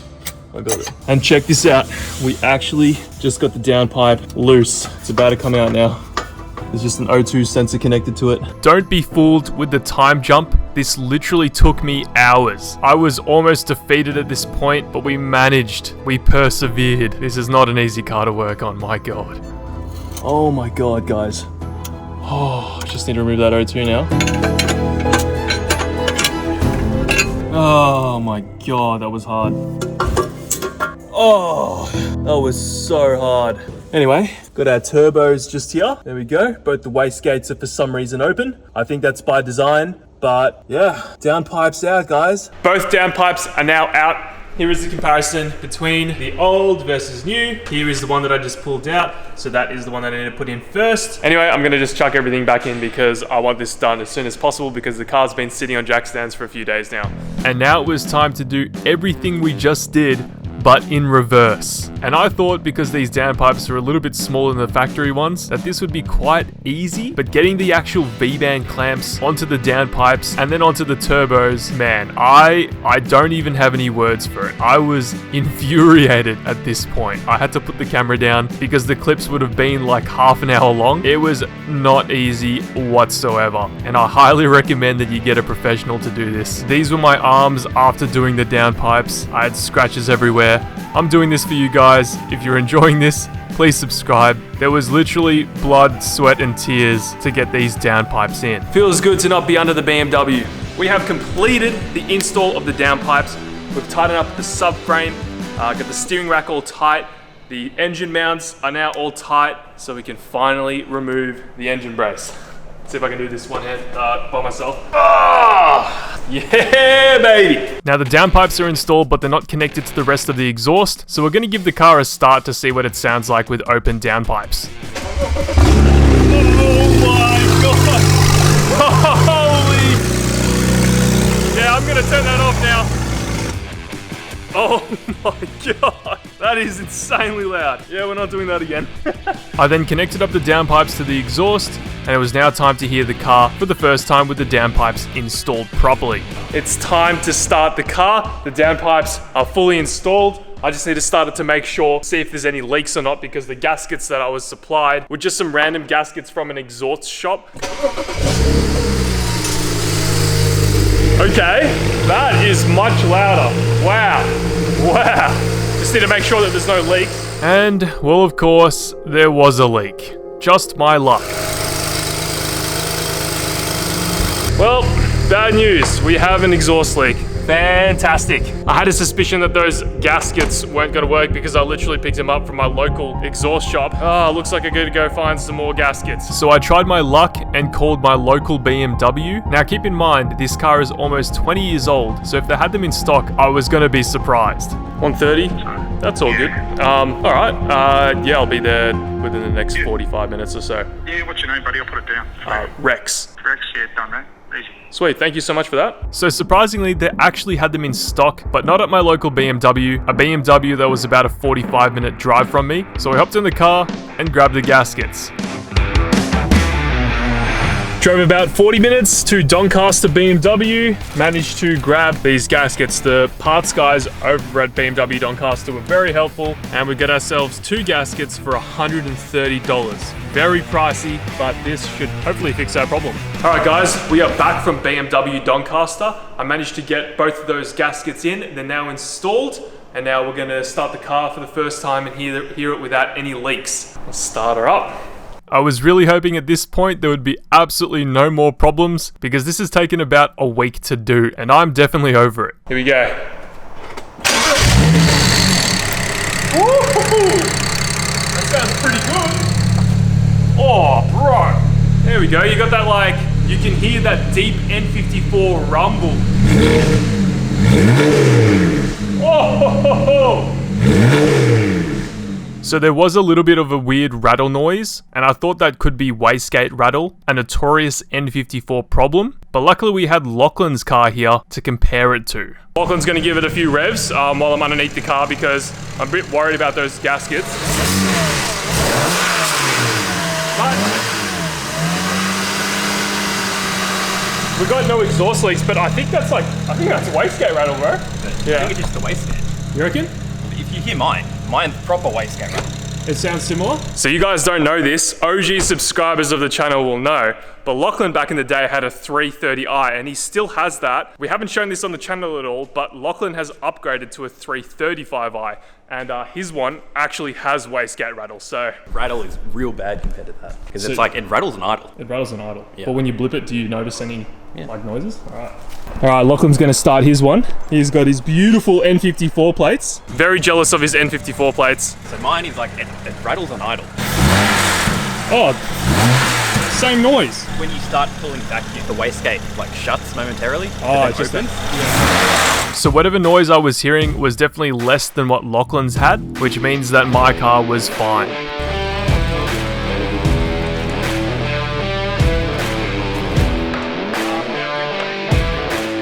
So I'm not going to go into too much detail here yet, we'll save that for the next video, but in order to fully feel the potential of the downpipes, you need to install a tune. So I plugged in this OBD2 tune tool, which also allows you to tune your car off your phone. We were able to add a soft tune for the downpipes, and now the car was ready to test on the street. Alright, the car's now warm, we're going to start it up, and we're going to see what these downpipes sound like, properly tuned. Whoa! Dude, that sounds pretty deep.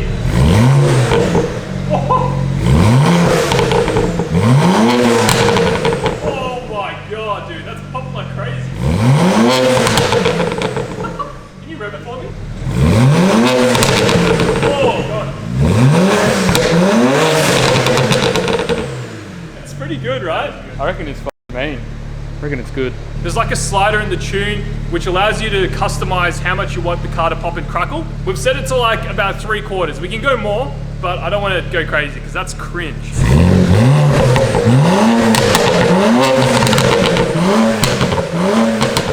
That's like not too cringe, right? No, that's good. You should show them the blow off. Oh yeah, that sounds like a spaceship.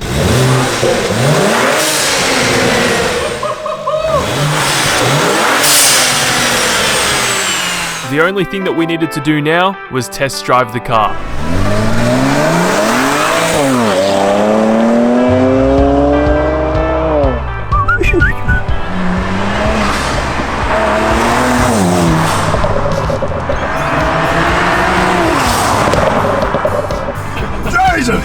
Jesus! Alright guys, first impression, here we go. Downpipes on an N54 with an MHD Stage 1 tune. Oh shit! Jesus! Bro, that is insane. Yeah, there's 3 people in the car and we've spent like nothing. Like the downpipes cost $300.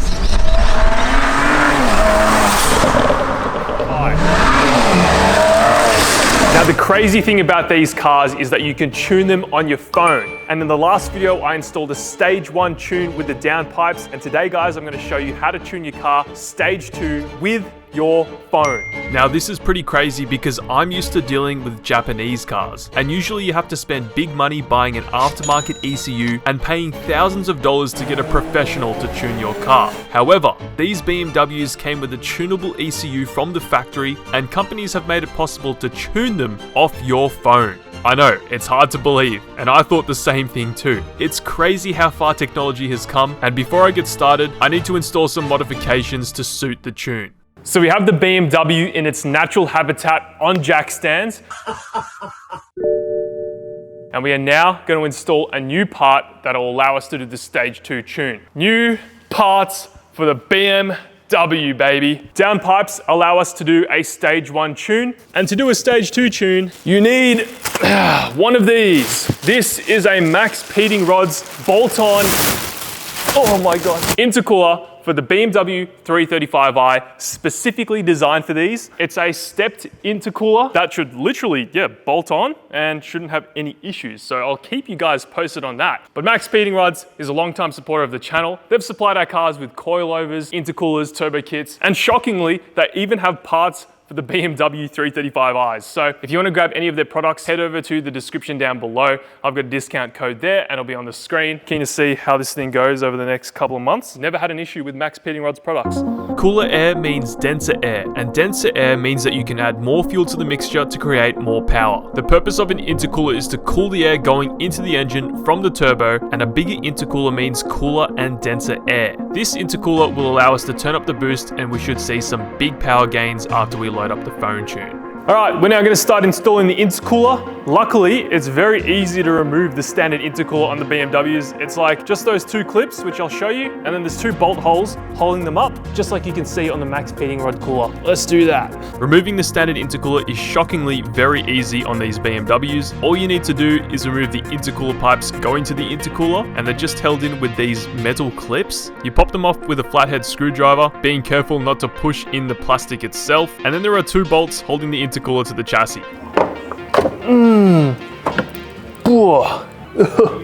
So we just got the old intercooler out, and I'm just gonna give you guys a bit of a comparison between the new versus old. So have a look guys, this is the standard cooler for the BMW versus the Max Peating Rods one. The thickness is roughly the same, fittings are all in the same spot. The difference is we've got extra cooling capacity with this top little bit here. There's another intercooler that you can buy that's even bigger than this, but it isn't bolt-in. You actually have to do a bit of cutting back there. But yeah, we're gonna try throw this in now, and hopefully it goes well. So this intercooler is plug and play, however it is a very tight fit. It was a bit of a struggle getting it in. I did have to unbolt the front bumper so I could move it out of the way and squish it in, but I can confirm it is a bolt-in intercooler. It's just very tight, but it does bolt up. So we had to loosen the bumper in order to fit the bigger intercooler. So now that it's like loose, I can move it. Here we go.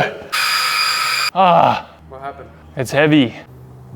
With the intercooler installed, I had to check for some leaks because you never know when installing an aftermarket product if there's going to be any issues. Elon, can you give it a rev?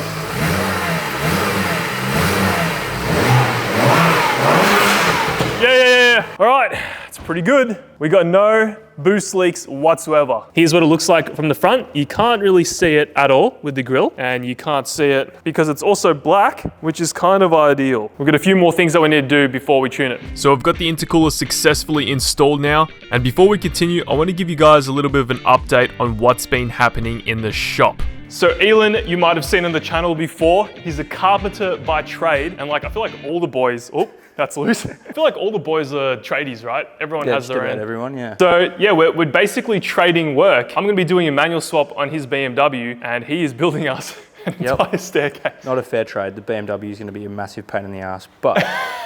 So this is a new spot in the warehouse unlocked, guys. Look at this, here we go. Walking up the stairs to a mezzanine. We got all the materials from Bowen's and Bunnings. Cost us around $800 in material. Pretty expensive for wood. Cheaper end. So then it was just a matter of doing some calculations, getting all the right sizing, then we were good to go. You've just got to know your basic sort of Pythagoras theorem, and then you're set, because that's all it is. It's just triangles. So we finally have a spot where we can take a break and chill after working on cars. And I know you guys want to see some shop updates, and there's many more to come, so stay tuned. But let's get back to working on the BMW.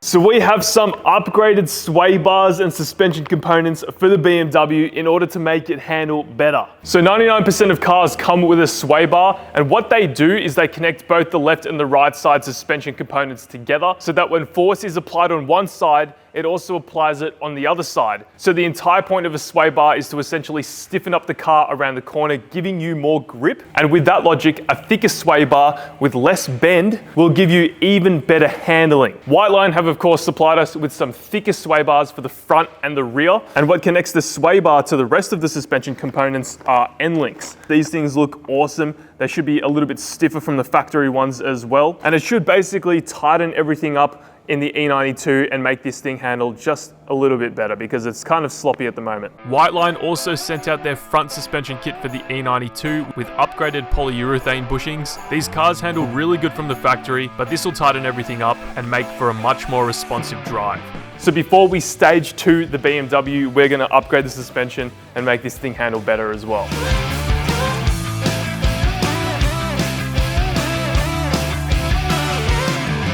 So I've got the car jacked up now, and let me show you where the standard sway bar is. So if we come from underneath the car, you can see there is a big bar connecting the left and right side together. This right here is the sway bar. It's this black bar and it goes all the way up. It connects to the end link and goes all the way up to the shock and gets bolted onto the shock. And also look at all these arms, man. They're so like complicated. Most Japanese cars, they're just straight arms with ball joints. Nah, BMW, man. Look at this spaghetti suspension. Oh my goodness. I've installed sway bars on almost all of my cars, and they definitely make a huge difference in terms of feedback and handling. To remove the old front sway bar, it was as simple as disconnecting it from the end links and then unbolting it from the subframe. I then began to remove the old arms, and to get access to one of the bolts, I found it easier to remove the fender lining, as there's this bolt just behind it. Now, a tricky thing with these BMWs is making sure that you take your time, especially when you're unbolting the old arms from the hub, as you need to make sure to bend these locking washer brackets out of the way, as if you try to gun the bolt off, the washer will lock in place and make it very difficult for you. I've done this before on Lachlan's BMW, and we made this mistake, and it almost stripped the bolt, causing huge pain. So make sure to remove the washer tabs and you'll be chilling. All right guys, we have both the arms off now on the driver's side. Here's a quick look of the before and after. You can see that the new arms are literally identical, just with some polyurethane bushings and a brand new ball joint. And these are much stiffer and much harder. These ones are all floppy from age, but these were actually in pretty good condition. So let's chuck these in. 2 hours later. Sorry about the lighting. It has now been a few hours and I just smashed this all out. Not gonna bother with the install for you because it's pretty much simple stuff. But I have now installed the sway bar. It is in, and we've also got the end links all installed up there. Look at how good that looks. They're orange end links made from a very nice metal, all connected up on both sides. Everything's tightened in Leyden. Oh, and I didn't show you the new arms as well, but there are the new arms all installed. This thing looks freaking awesome now, and we should get some pretty good performance out of this thing. I know guys, we need lighting in this shop, we need a lot of things, but yeah, there is everything done. It was now time to install the rear sway bar, so we turned the car around and jacked it up, and this one was going to be a pain in the ass. You'll find out very soon why. For such a big car, this is very surprising. Have a look at this. This is the rear sway bar. There it is, guys. That little line right there, that little bar, is the rear sway bar for the E92. It is absolutely tiny. I can't wait to get this thing out and compare it with the new one, because the new one from Whiteline is significantly bigger. Chunky, tiny. Now get this right, I'm pretty sure you gotta drop the subframe. Kind of sick of dropping subframes on these BMWs. But you gotta do what you gotta do, so I'm gonna start loosening stuff and then I'll keep you updated as I go. Yep, you heard that right. BMWs don't make it easy to work on their cars. We've already had to drop the subframe once for the downpipes, and now we have to drop the rear subframe for the rear sway bar. Why, BMW? Why? Anyway, we disconnected the end links. I dropped the subframe again. Luckily, it's kind of simple. There's 4 bolts holding the subframe in, and there's a few brackets around those bolts. Honestly though, again, if you take your time, it's not that bad. It just adds a few hours onto the job. Now, I didn't show this part, but even after dropping the subframe, it's still a very difficult process to get the rear sway bar out. You have to really play with your angles. It feels like playing with one of those kids' toys where the shapes have to go through different holes. But yeah, we got it out. We got it out. Oh. Man, there's not a lot of room in here though. All right, we got the sway bar out. Here is old sway bar. And let's compare it with the new one. That is the new one right here. It is significantly thicker than the old one. I'm gonna put it in. Hopefully it's not as hard as taking the old one out. I doubt it though. And we'll see how we go. There is the sway bar installed, and you can see why it's so difficult, because there is no room. We got brand new bushings, goes all the way down there to the end link and all the way through to the other side. The BMW is finally on the ground. Let's go test the sway bar and see how much difference it makes. With the sway bars installed, I can confirm it made a huge difference. I forgot to get some clips of me reacting to them, but the car goes around corners much nicer. It feels more solid when you go over bumps, and I think these in combination with coilovers should make a huge difference. So we need to get coilovers ASAP. But anyway, it was time to tune the car with my phone, so let's show you how to do this. So the sway bars feel absolutely fantastic. The next thing what we need to do now is put the stage 2 tune on, because we've installed an intercooler, we've got the downpipes, so we're gonna load up a stage 2 tune. And like I said at the start of the video, you can tune these cars with your iPhone or Android, whatever you got. So here's the MHD universal adapter. You just plug this into your car, connect to it on your phone, and literally make all the power. On my Chaser, I needed to spend $2,000 on an ECU, $2,000 on a tune. I've spent like no money on this car. Now, before we get to doing the stage 2 tune, we're gonna do a 0 to 100 to compare the stage 1 and stage 2, just so you can see how much of a difference this thing makes. Now, this isn't gonna be a fully reliable 0 to 100 because we don't have any sort of proper equipment. So we're gonna get Nathan here to time us with this handy gadget called an iPhoney. So what we're gonna do is we're gonna press start and then stop on the stopwatch. 3, 2, 1. 3, 2, 1. Oh, it's spinning. Stop. That's quick. What was it? 5.6 seconds. That was quick. uphill as well. Yeah, wow. We'll have to do it in the exact same spot, but we did have a little bit of tire spin as well, so that felt very quick. For a very cheap car, 5.6 seconds is a solid number. Now that's without launching the car. That's just foot straight to the floor with a bit of tire spin, so that time could definitely be better, but that gives us a baseline for now. So we did the 0 to 100 and we got 5.6 seconds, which is pretty impressive for just downpipes and a stage 1 tune.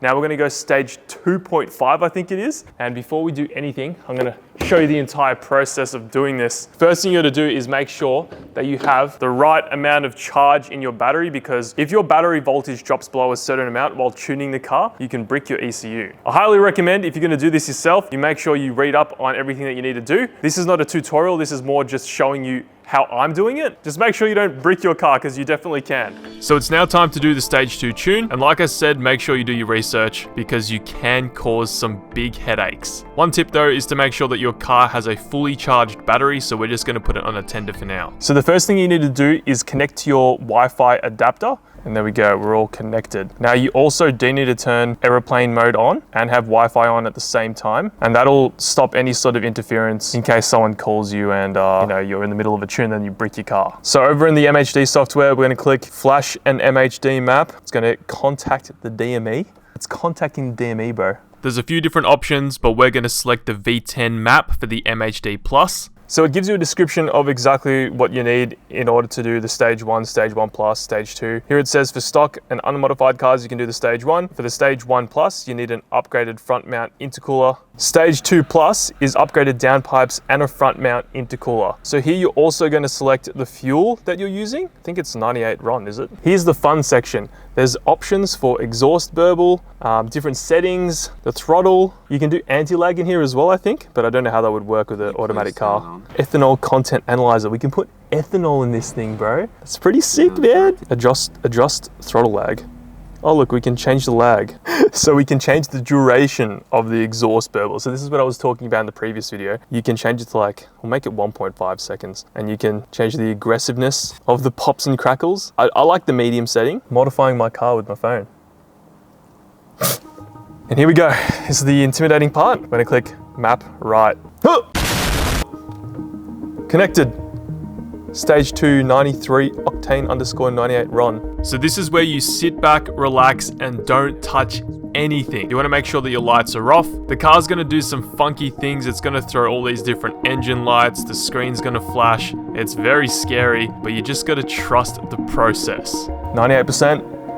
100%, restarting the DME, okay. Success, turn off ignition and wait 30 seconds. We just stage 2 plus our car. Look at that, guys. Not only are we doing physical modifications, we're in-house tuners now. Pretty cool, huh? We've upgraded. Anyway, let's start the car, see if it actually starts. Yeah, it starts.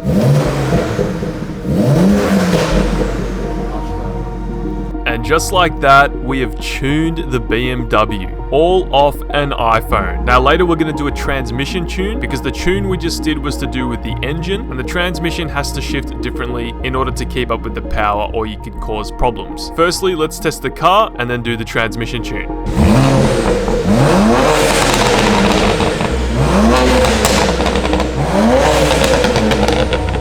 A lot different. It pops are way louder and you can just hear the engine more. First impressions, here we go. We're gonna give it a bit. Oh my god. The trans is not loving it. Loving that. No. I did tell you that the trans is not gonna love it. These things are bulletproof, mate. Clip that chat. Oh my god, dude, it's Bro, too go. Dude, it's too quick. Go. It's too fast. Oh! Okay, that's definitely a lot quicker. Bro, he was frying second there.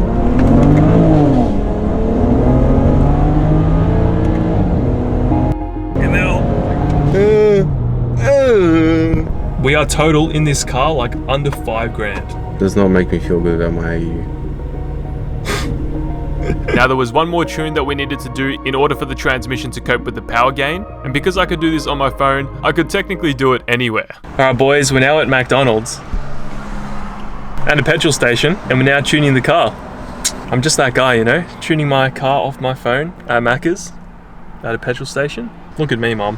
XHP tune, here we go. The XHP tune works alongside the MHD tune to allow your gearbox to keep up with the raw, visceral power that the N54 makes with the Stage 2 Plus. So just to make it clear, I flashed the car with an MHD tune, and now I'm going to be flashing the transmission with an XHP tune for the 6HP gearbox in this car. We've now got XHP loaded up. We're going to click Connect New Car, option 6-speed. XHP has now found my car. Here we go, congratulations, your 335. Guess there's one problem at tuning at a petrol station. But you're the genius that decided to do that. Yeah, well, may as well on the fly tuning, mate. Oh, here we go. All right, we got our stages. We probably want like stage 4, right? Mm-hmm. Adjustable shift RPM between 6,000 and 7,000. Shifts altered for speed and keeping the car balanced under hard cornering. Now there's actually an option to customize your tune depending on what you want. You can change the line pressures and a bunch of other different things, but I didn't notice this until I flashed the car. So when we tune this car again, I'm gonna go through that in another video, but I need the car not shifting like ass because we're running a lot more power through it.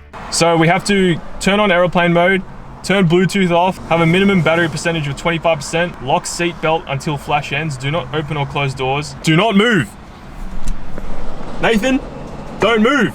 That girl is a real baby. Transmission on. Please turn ignition off to continue.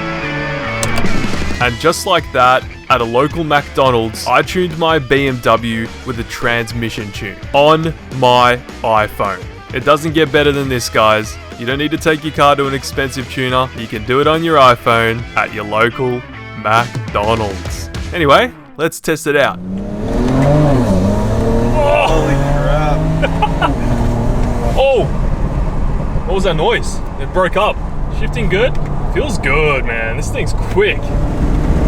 Oh! Damn, it's getting hot really quick though. This thing flies, bro.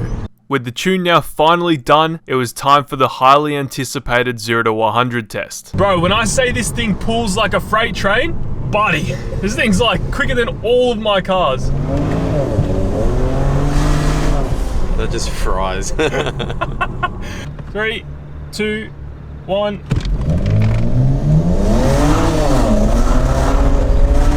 And now!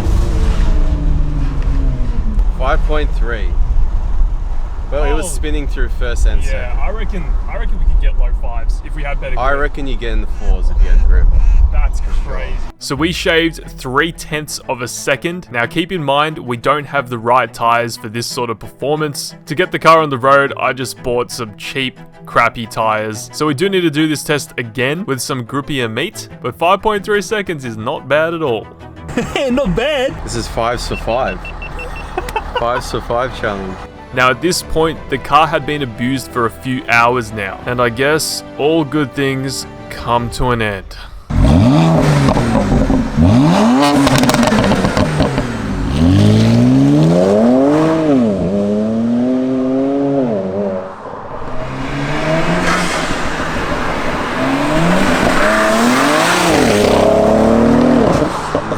Nice. Immediately starts misfiring. Classic BMW. Something not good. Uh-oh. Yeah, we got a misfire. Yep, I heard it. That sounded bad, man. I think we just like fouled one of the spark plugs or something. I reckon you broke half the spark plug off. Oh, don't say that. We've got to check engine light, get a close-up of that. Yeah. It's running on probably 5.5 cylinders. It's not good, man. So the misfire is really, really bad.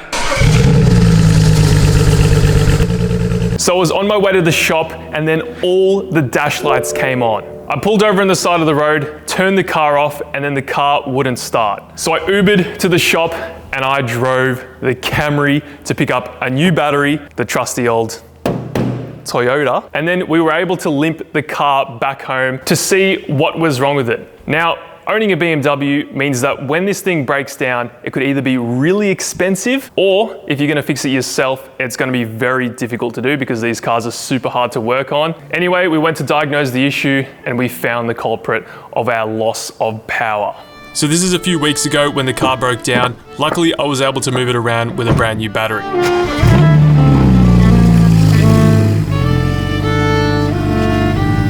First thing we're going to check is make sure that the battery voltage is okay when the car's running. Apparently the previous owner put a new alternator in this thing, but also apparently these things are very sensitive to what batteries you put in them. So hopefully it's just the battery. I'm holding my microphone like this, by the way, because it's so windy outside. So hopefully you guys can hear me well. But first thing we're going to do, give it a start.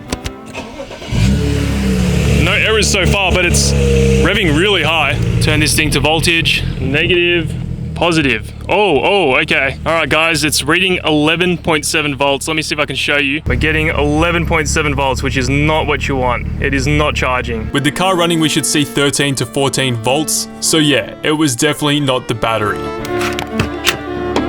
Oh my goodness. BMW life, man. How is it broken? The battery voltage is charged by the engine running the alternator, so we're gonna need a new one. Yeah, mate, where's the alternator? Yeah, can barely see it. Every time we've worked on this car, it's been a pain in the ass. Guess I'm ordering an alternator? God damn it. But before I spent $487, I decided to check Facebook Marketplace. And this time, I got lucky. This guy on Facebook Marketplace is telling me that he'll sell me his alternator for $50, but it's unknown condition. Do it. So it still is a little bit of a gamble, but at $50, I'm willing to take the risk.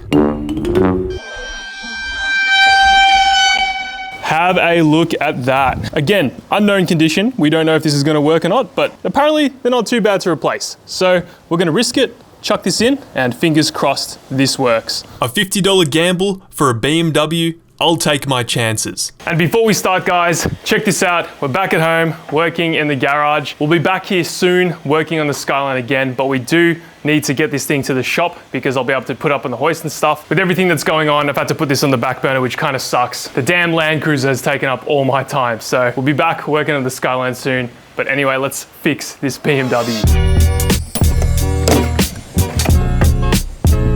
Even though the alternator sits on top of the engine, you still have to remove a bunch of BMW plastic out of the way in order to get to it. I also needed to get access to the serpentine tensioner, which meant that I had to jack the car up, remove some more bolts, and then remove the fan shroud. I'm gonna push it up, right? You ready? Keep going, keep pulling. I was then able to release the belt tension and then remove the belt off the alternator. Yeah, what the hell? So hard. Ah. Now this is where it becomes an absolute pain in the ass. The people who designed this BMW alternator bracket, they must just hate people because the way that this bracket is designed, the alternator is almost like hooked in place. And there's tutorials on YouTube which quite literally show people hammering out the alternator. I'm sure there's a much more effective way to do this by, you know, literally removing the entire engine and pulling everything apart, but screw that, we're gonna do what other people have done. Oh my God. I'm trying to do it the quick way, and I've slowly learned when you're working on these BMWs, you gotta do everything the long way, and usually that's the quicker way. So we've got to remove this coolant pipe, but usually they break, so that's why I didn't want to do it. Happened on Lachlan's car. Oh, come on. Oh, it didn't break, I think. What's this? Oh. No, we're good. Holy moly, man. Oh, hope it didn't break. Once again, I thought this was gonna be a simple job. You work in a BMW? Look, man, it's nearly dark. What the hell, bro? What the hell? Anyway, look, we almost have this thing. Oh, almost got it out. Oh my God. I don't even know how I'm gonna put the new one in. You'd think it being at the top of the engine would help, but nah. They troll you. BMW trolls you, man. So we figured out what was wrong with this alternator. If you come look close, I can hold the middle piece and I can spin the pulley around everything. So that means the belt would have been spinning and the alternator wasn't spinning. So yeah, this alternator, it just wasn't tight in the middle. I don't know what's going on there. The pulley's just bad. I could repair this, but I got another one. Hopefully that works. If I have to sit through that pain again. Neck. Give me your hands. So it's now the next day, and check this out, guys. Ooh! Oh, we got one warning light, fog light, rear left failure. But other than that, guys, I think we are sweet. So I finished putting the car back together last night. It was a pain in the ass, but we managed to fix this thing for $50. $50 for an unknown alternator. We scored a win, boys. BMW. Finally, my BMW is now fixed and for the low price of $50. So I headed to the shop because I have some more modifications to install onto the E92 335i. We got mods, baby. So our good friends from Speedworks have sent us over some wheels for the BMW. Now I've been looking to get some wheels for this thing for so long. I've put it off for a while because this thing broke down in the street, but check this out, baby. Ooh. So have a look. We have some 19-inch wheels for the BMW that we're going to be test fitting today. Oh, this is the first time I'm taking him out. I think these are for the front. We got a staggered setup. How do I look, man? If you lift it up a bit so it matches the tire. Lift it up, like that. Good? That looks great. We don't know what these are gonna look like on the car yet, but if you guys wanna pick up a set for yourselves, Rex10 will get you 10% off the Speedworks site, and they're also located in Australia too. But before we test fit these wheels, we've got a little modification that we're gonna do to this Beamer because it's been driving me insane. One of the angel lights is out, and from factory, they're yellow. Why are they yellow? So this guy that I follow on TikTok, Perf Nick or Performance Nick, I don't know him personally, but I know that he's in Victoria, so man, if you see this, hit me up, we should make some content together. But he got these AliExpress angel lights that apparently are plug and play. They have the little module to stop any sort of bling coming from the BMW. So we're gonna install these cheap lights. I think they were like $30 or something like that. And then hopefully that fixes our issue. This is a small upgrade that should completely change the look of the car. Obviously it's pretty dirty right now, but yeah, the yellow lights gotta go. They look horrendous. So of course, it's a BMW, nothing simple. Getting these lights in were a pain, and I spotted something that I'd never seen before. So Perf Nick, he puts tape around some of the wires because apparently the wires are old, but I've never seen this before. I've worked on, you know, the Land Cruiser and stuff, which is like a 1993 car, and the wires in that are still fine. But for some reason on the BMW, why is all the wire casing coming apart? What the hell? So these probably just shorted out. I reckon that's what happened. How are these things built so poorly but work so good? I don't know.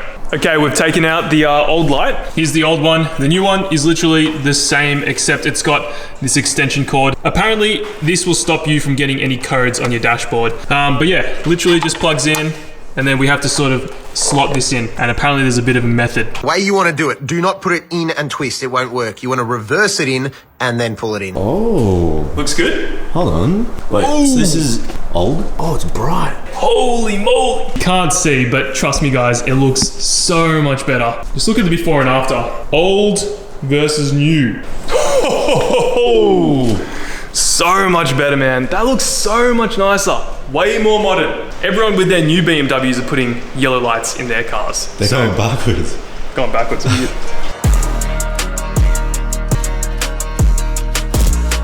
It is now time to test fit our wheels from Speedworks. So we're running a staggered setup, so we do have wider wheels in the back than in the front.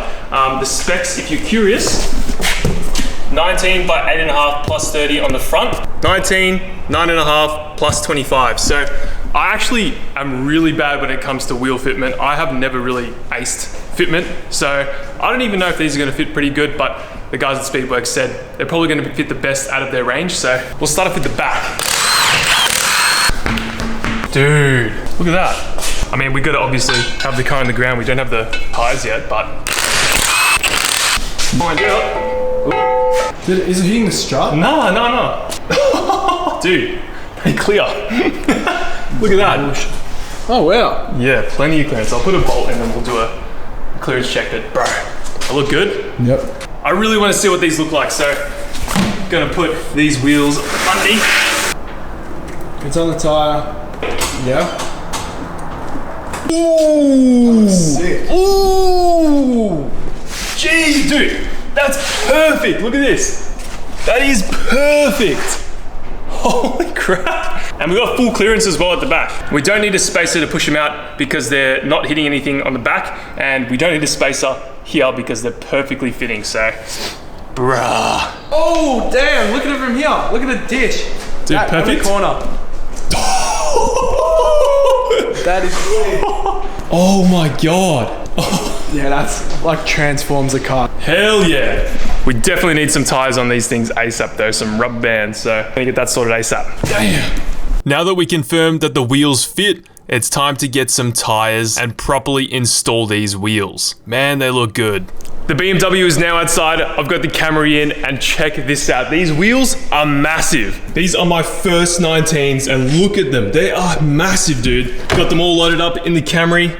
Looking nice and fresh. Look at that dish. I love dish on wheels. Super excited to see how these fit. I'm gonna go to the tire shop now. We're not running any expensive tires. We're just running some cheap tires because the car is my daily and it's literally a budget build. So I think I'm like so far like 4.5 to 5 grand deep into this thing. Not too bad for a twin turbo straight 6 BMW. That's only needed an alternator and a few other little things so far.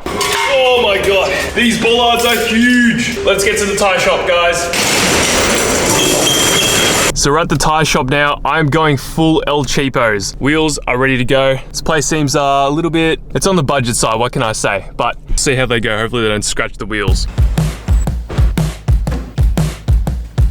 All right, guys, we are back from the tire shop. Look at how good these wheels look. So we went for a 235, 35, 19 in the front, and on the back, we're running a 265, 30, 19. That makes the diameter of both of them basically the same, so the car won't be like on a weird angle or anything like that. We need to get these on the car ASAP because I'm so stoked to see what these look like.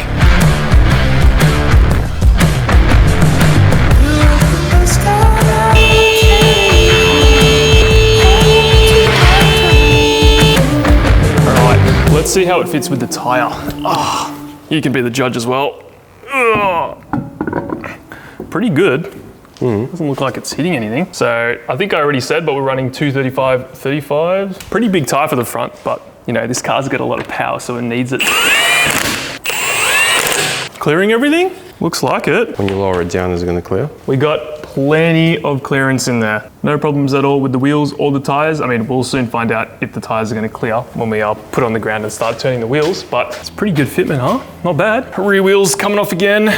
I'm real keen to see how the new ones fit with the 265s. These are currently 255s actually, I believe, are they? Yeah, 255s. Okay, I'm pretty worried about these ones. Please fit, please fit.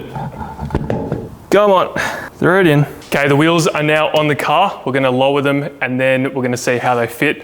And then if they don't fit good, then we need to see what we can do in order to make them fit good, and then we'll install the other side. But first, let's see how these fit. I don't know about the rears. The fronts will fit, but the rears are gonna be tight. Okay, here we go. Oh, how do they look, man? Well, there's still a monster truck gap. Oh, it's coming down.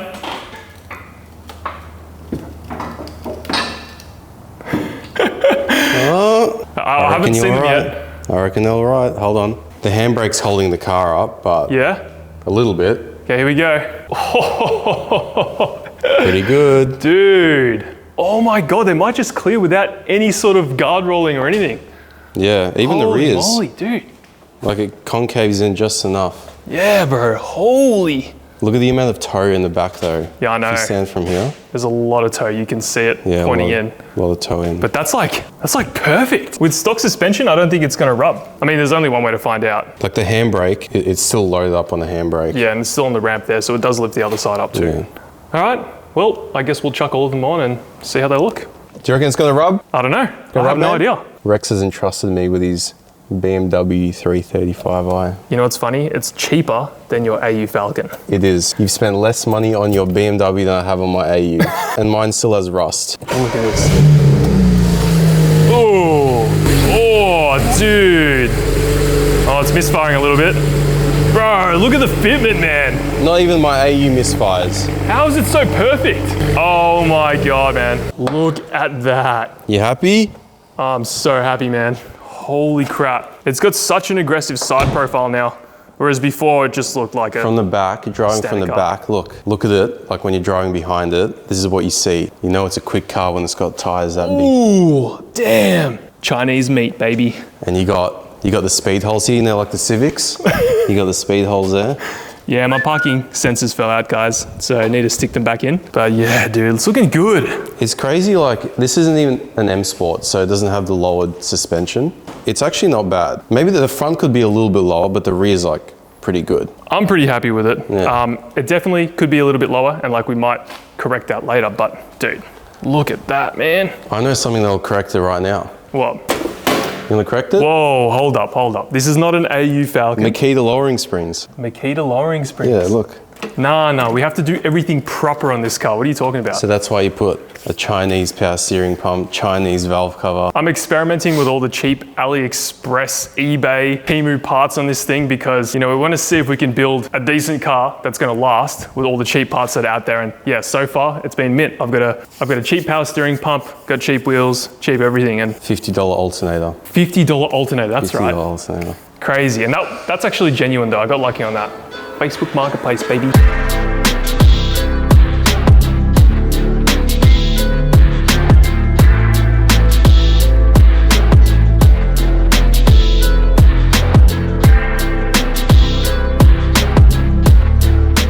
So we now have the new wheels in the car. Look how much better this thing looks. The side profile is exceptionally better. So stoked with how this thing looks now. And if you want wheels like this, don't forget Rex10 will get you 10% off. And if you want to get fitment like this on your E92, then just copy my fitment.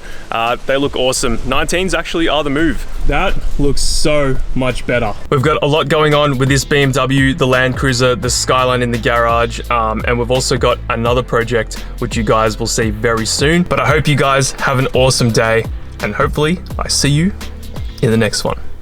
Catch you later.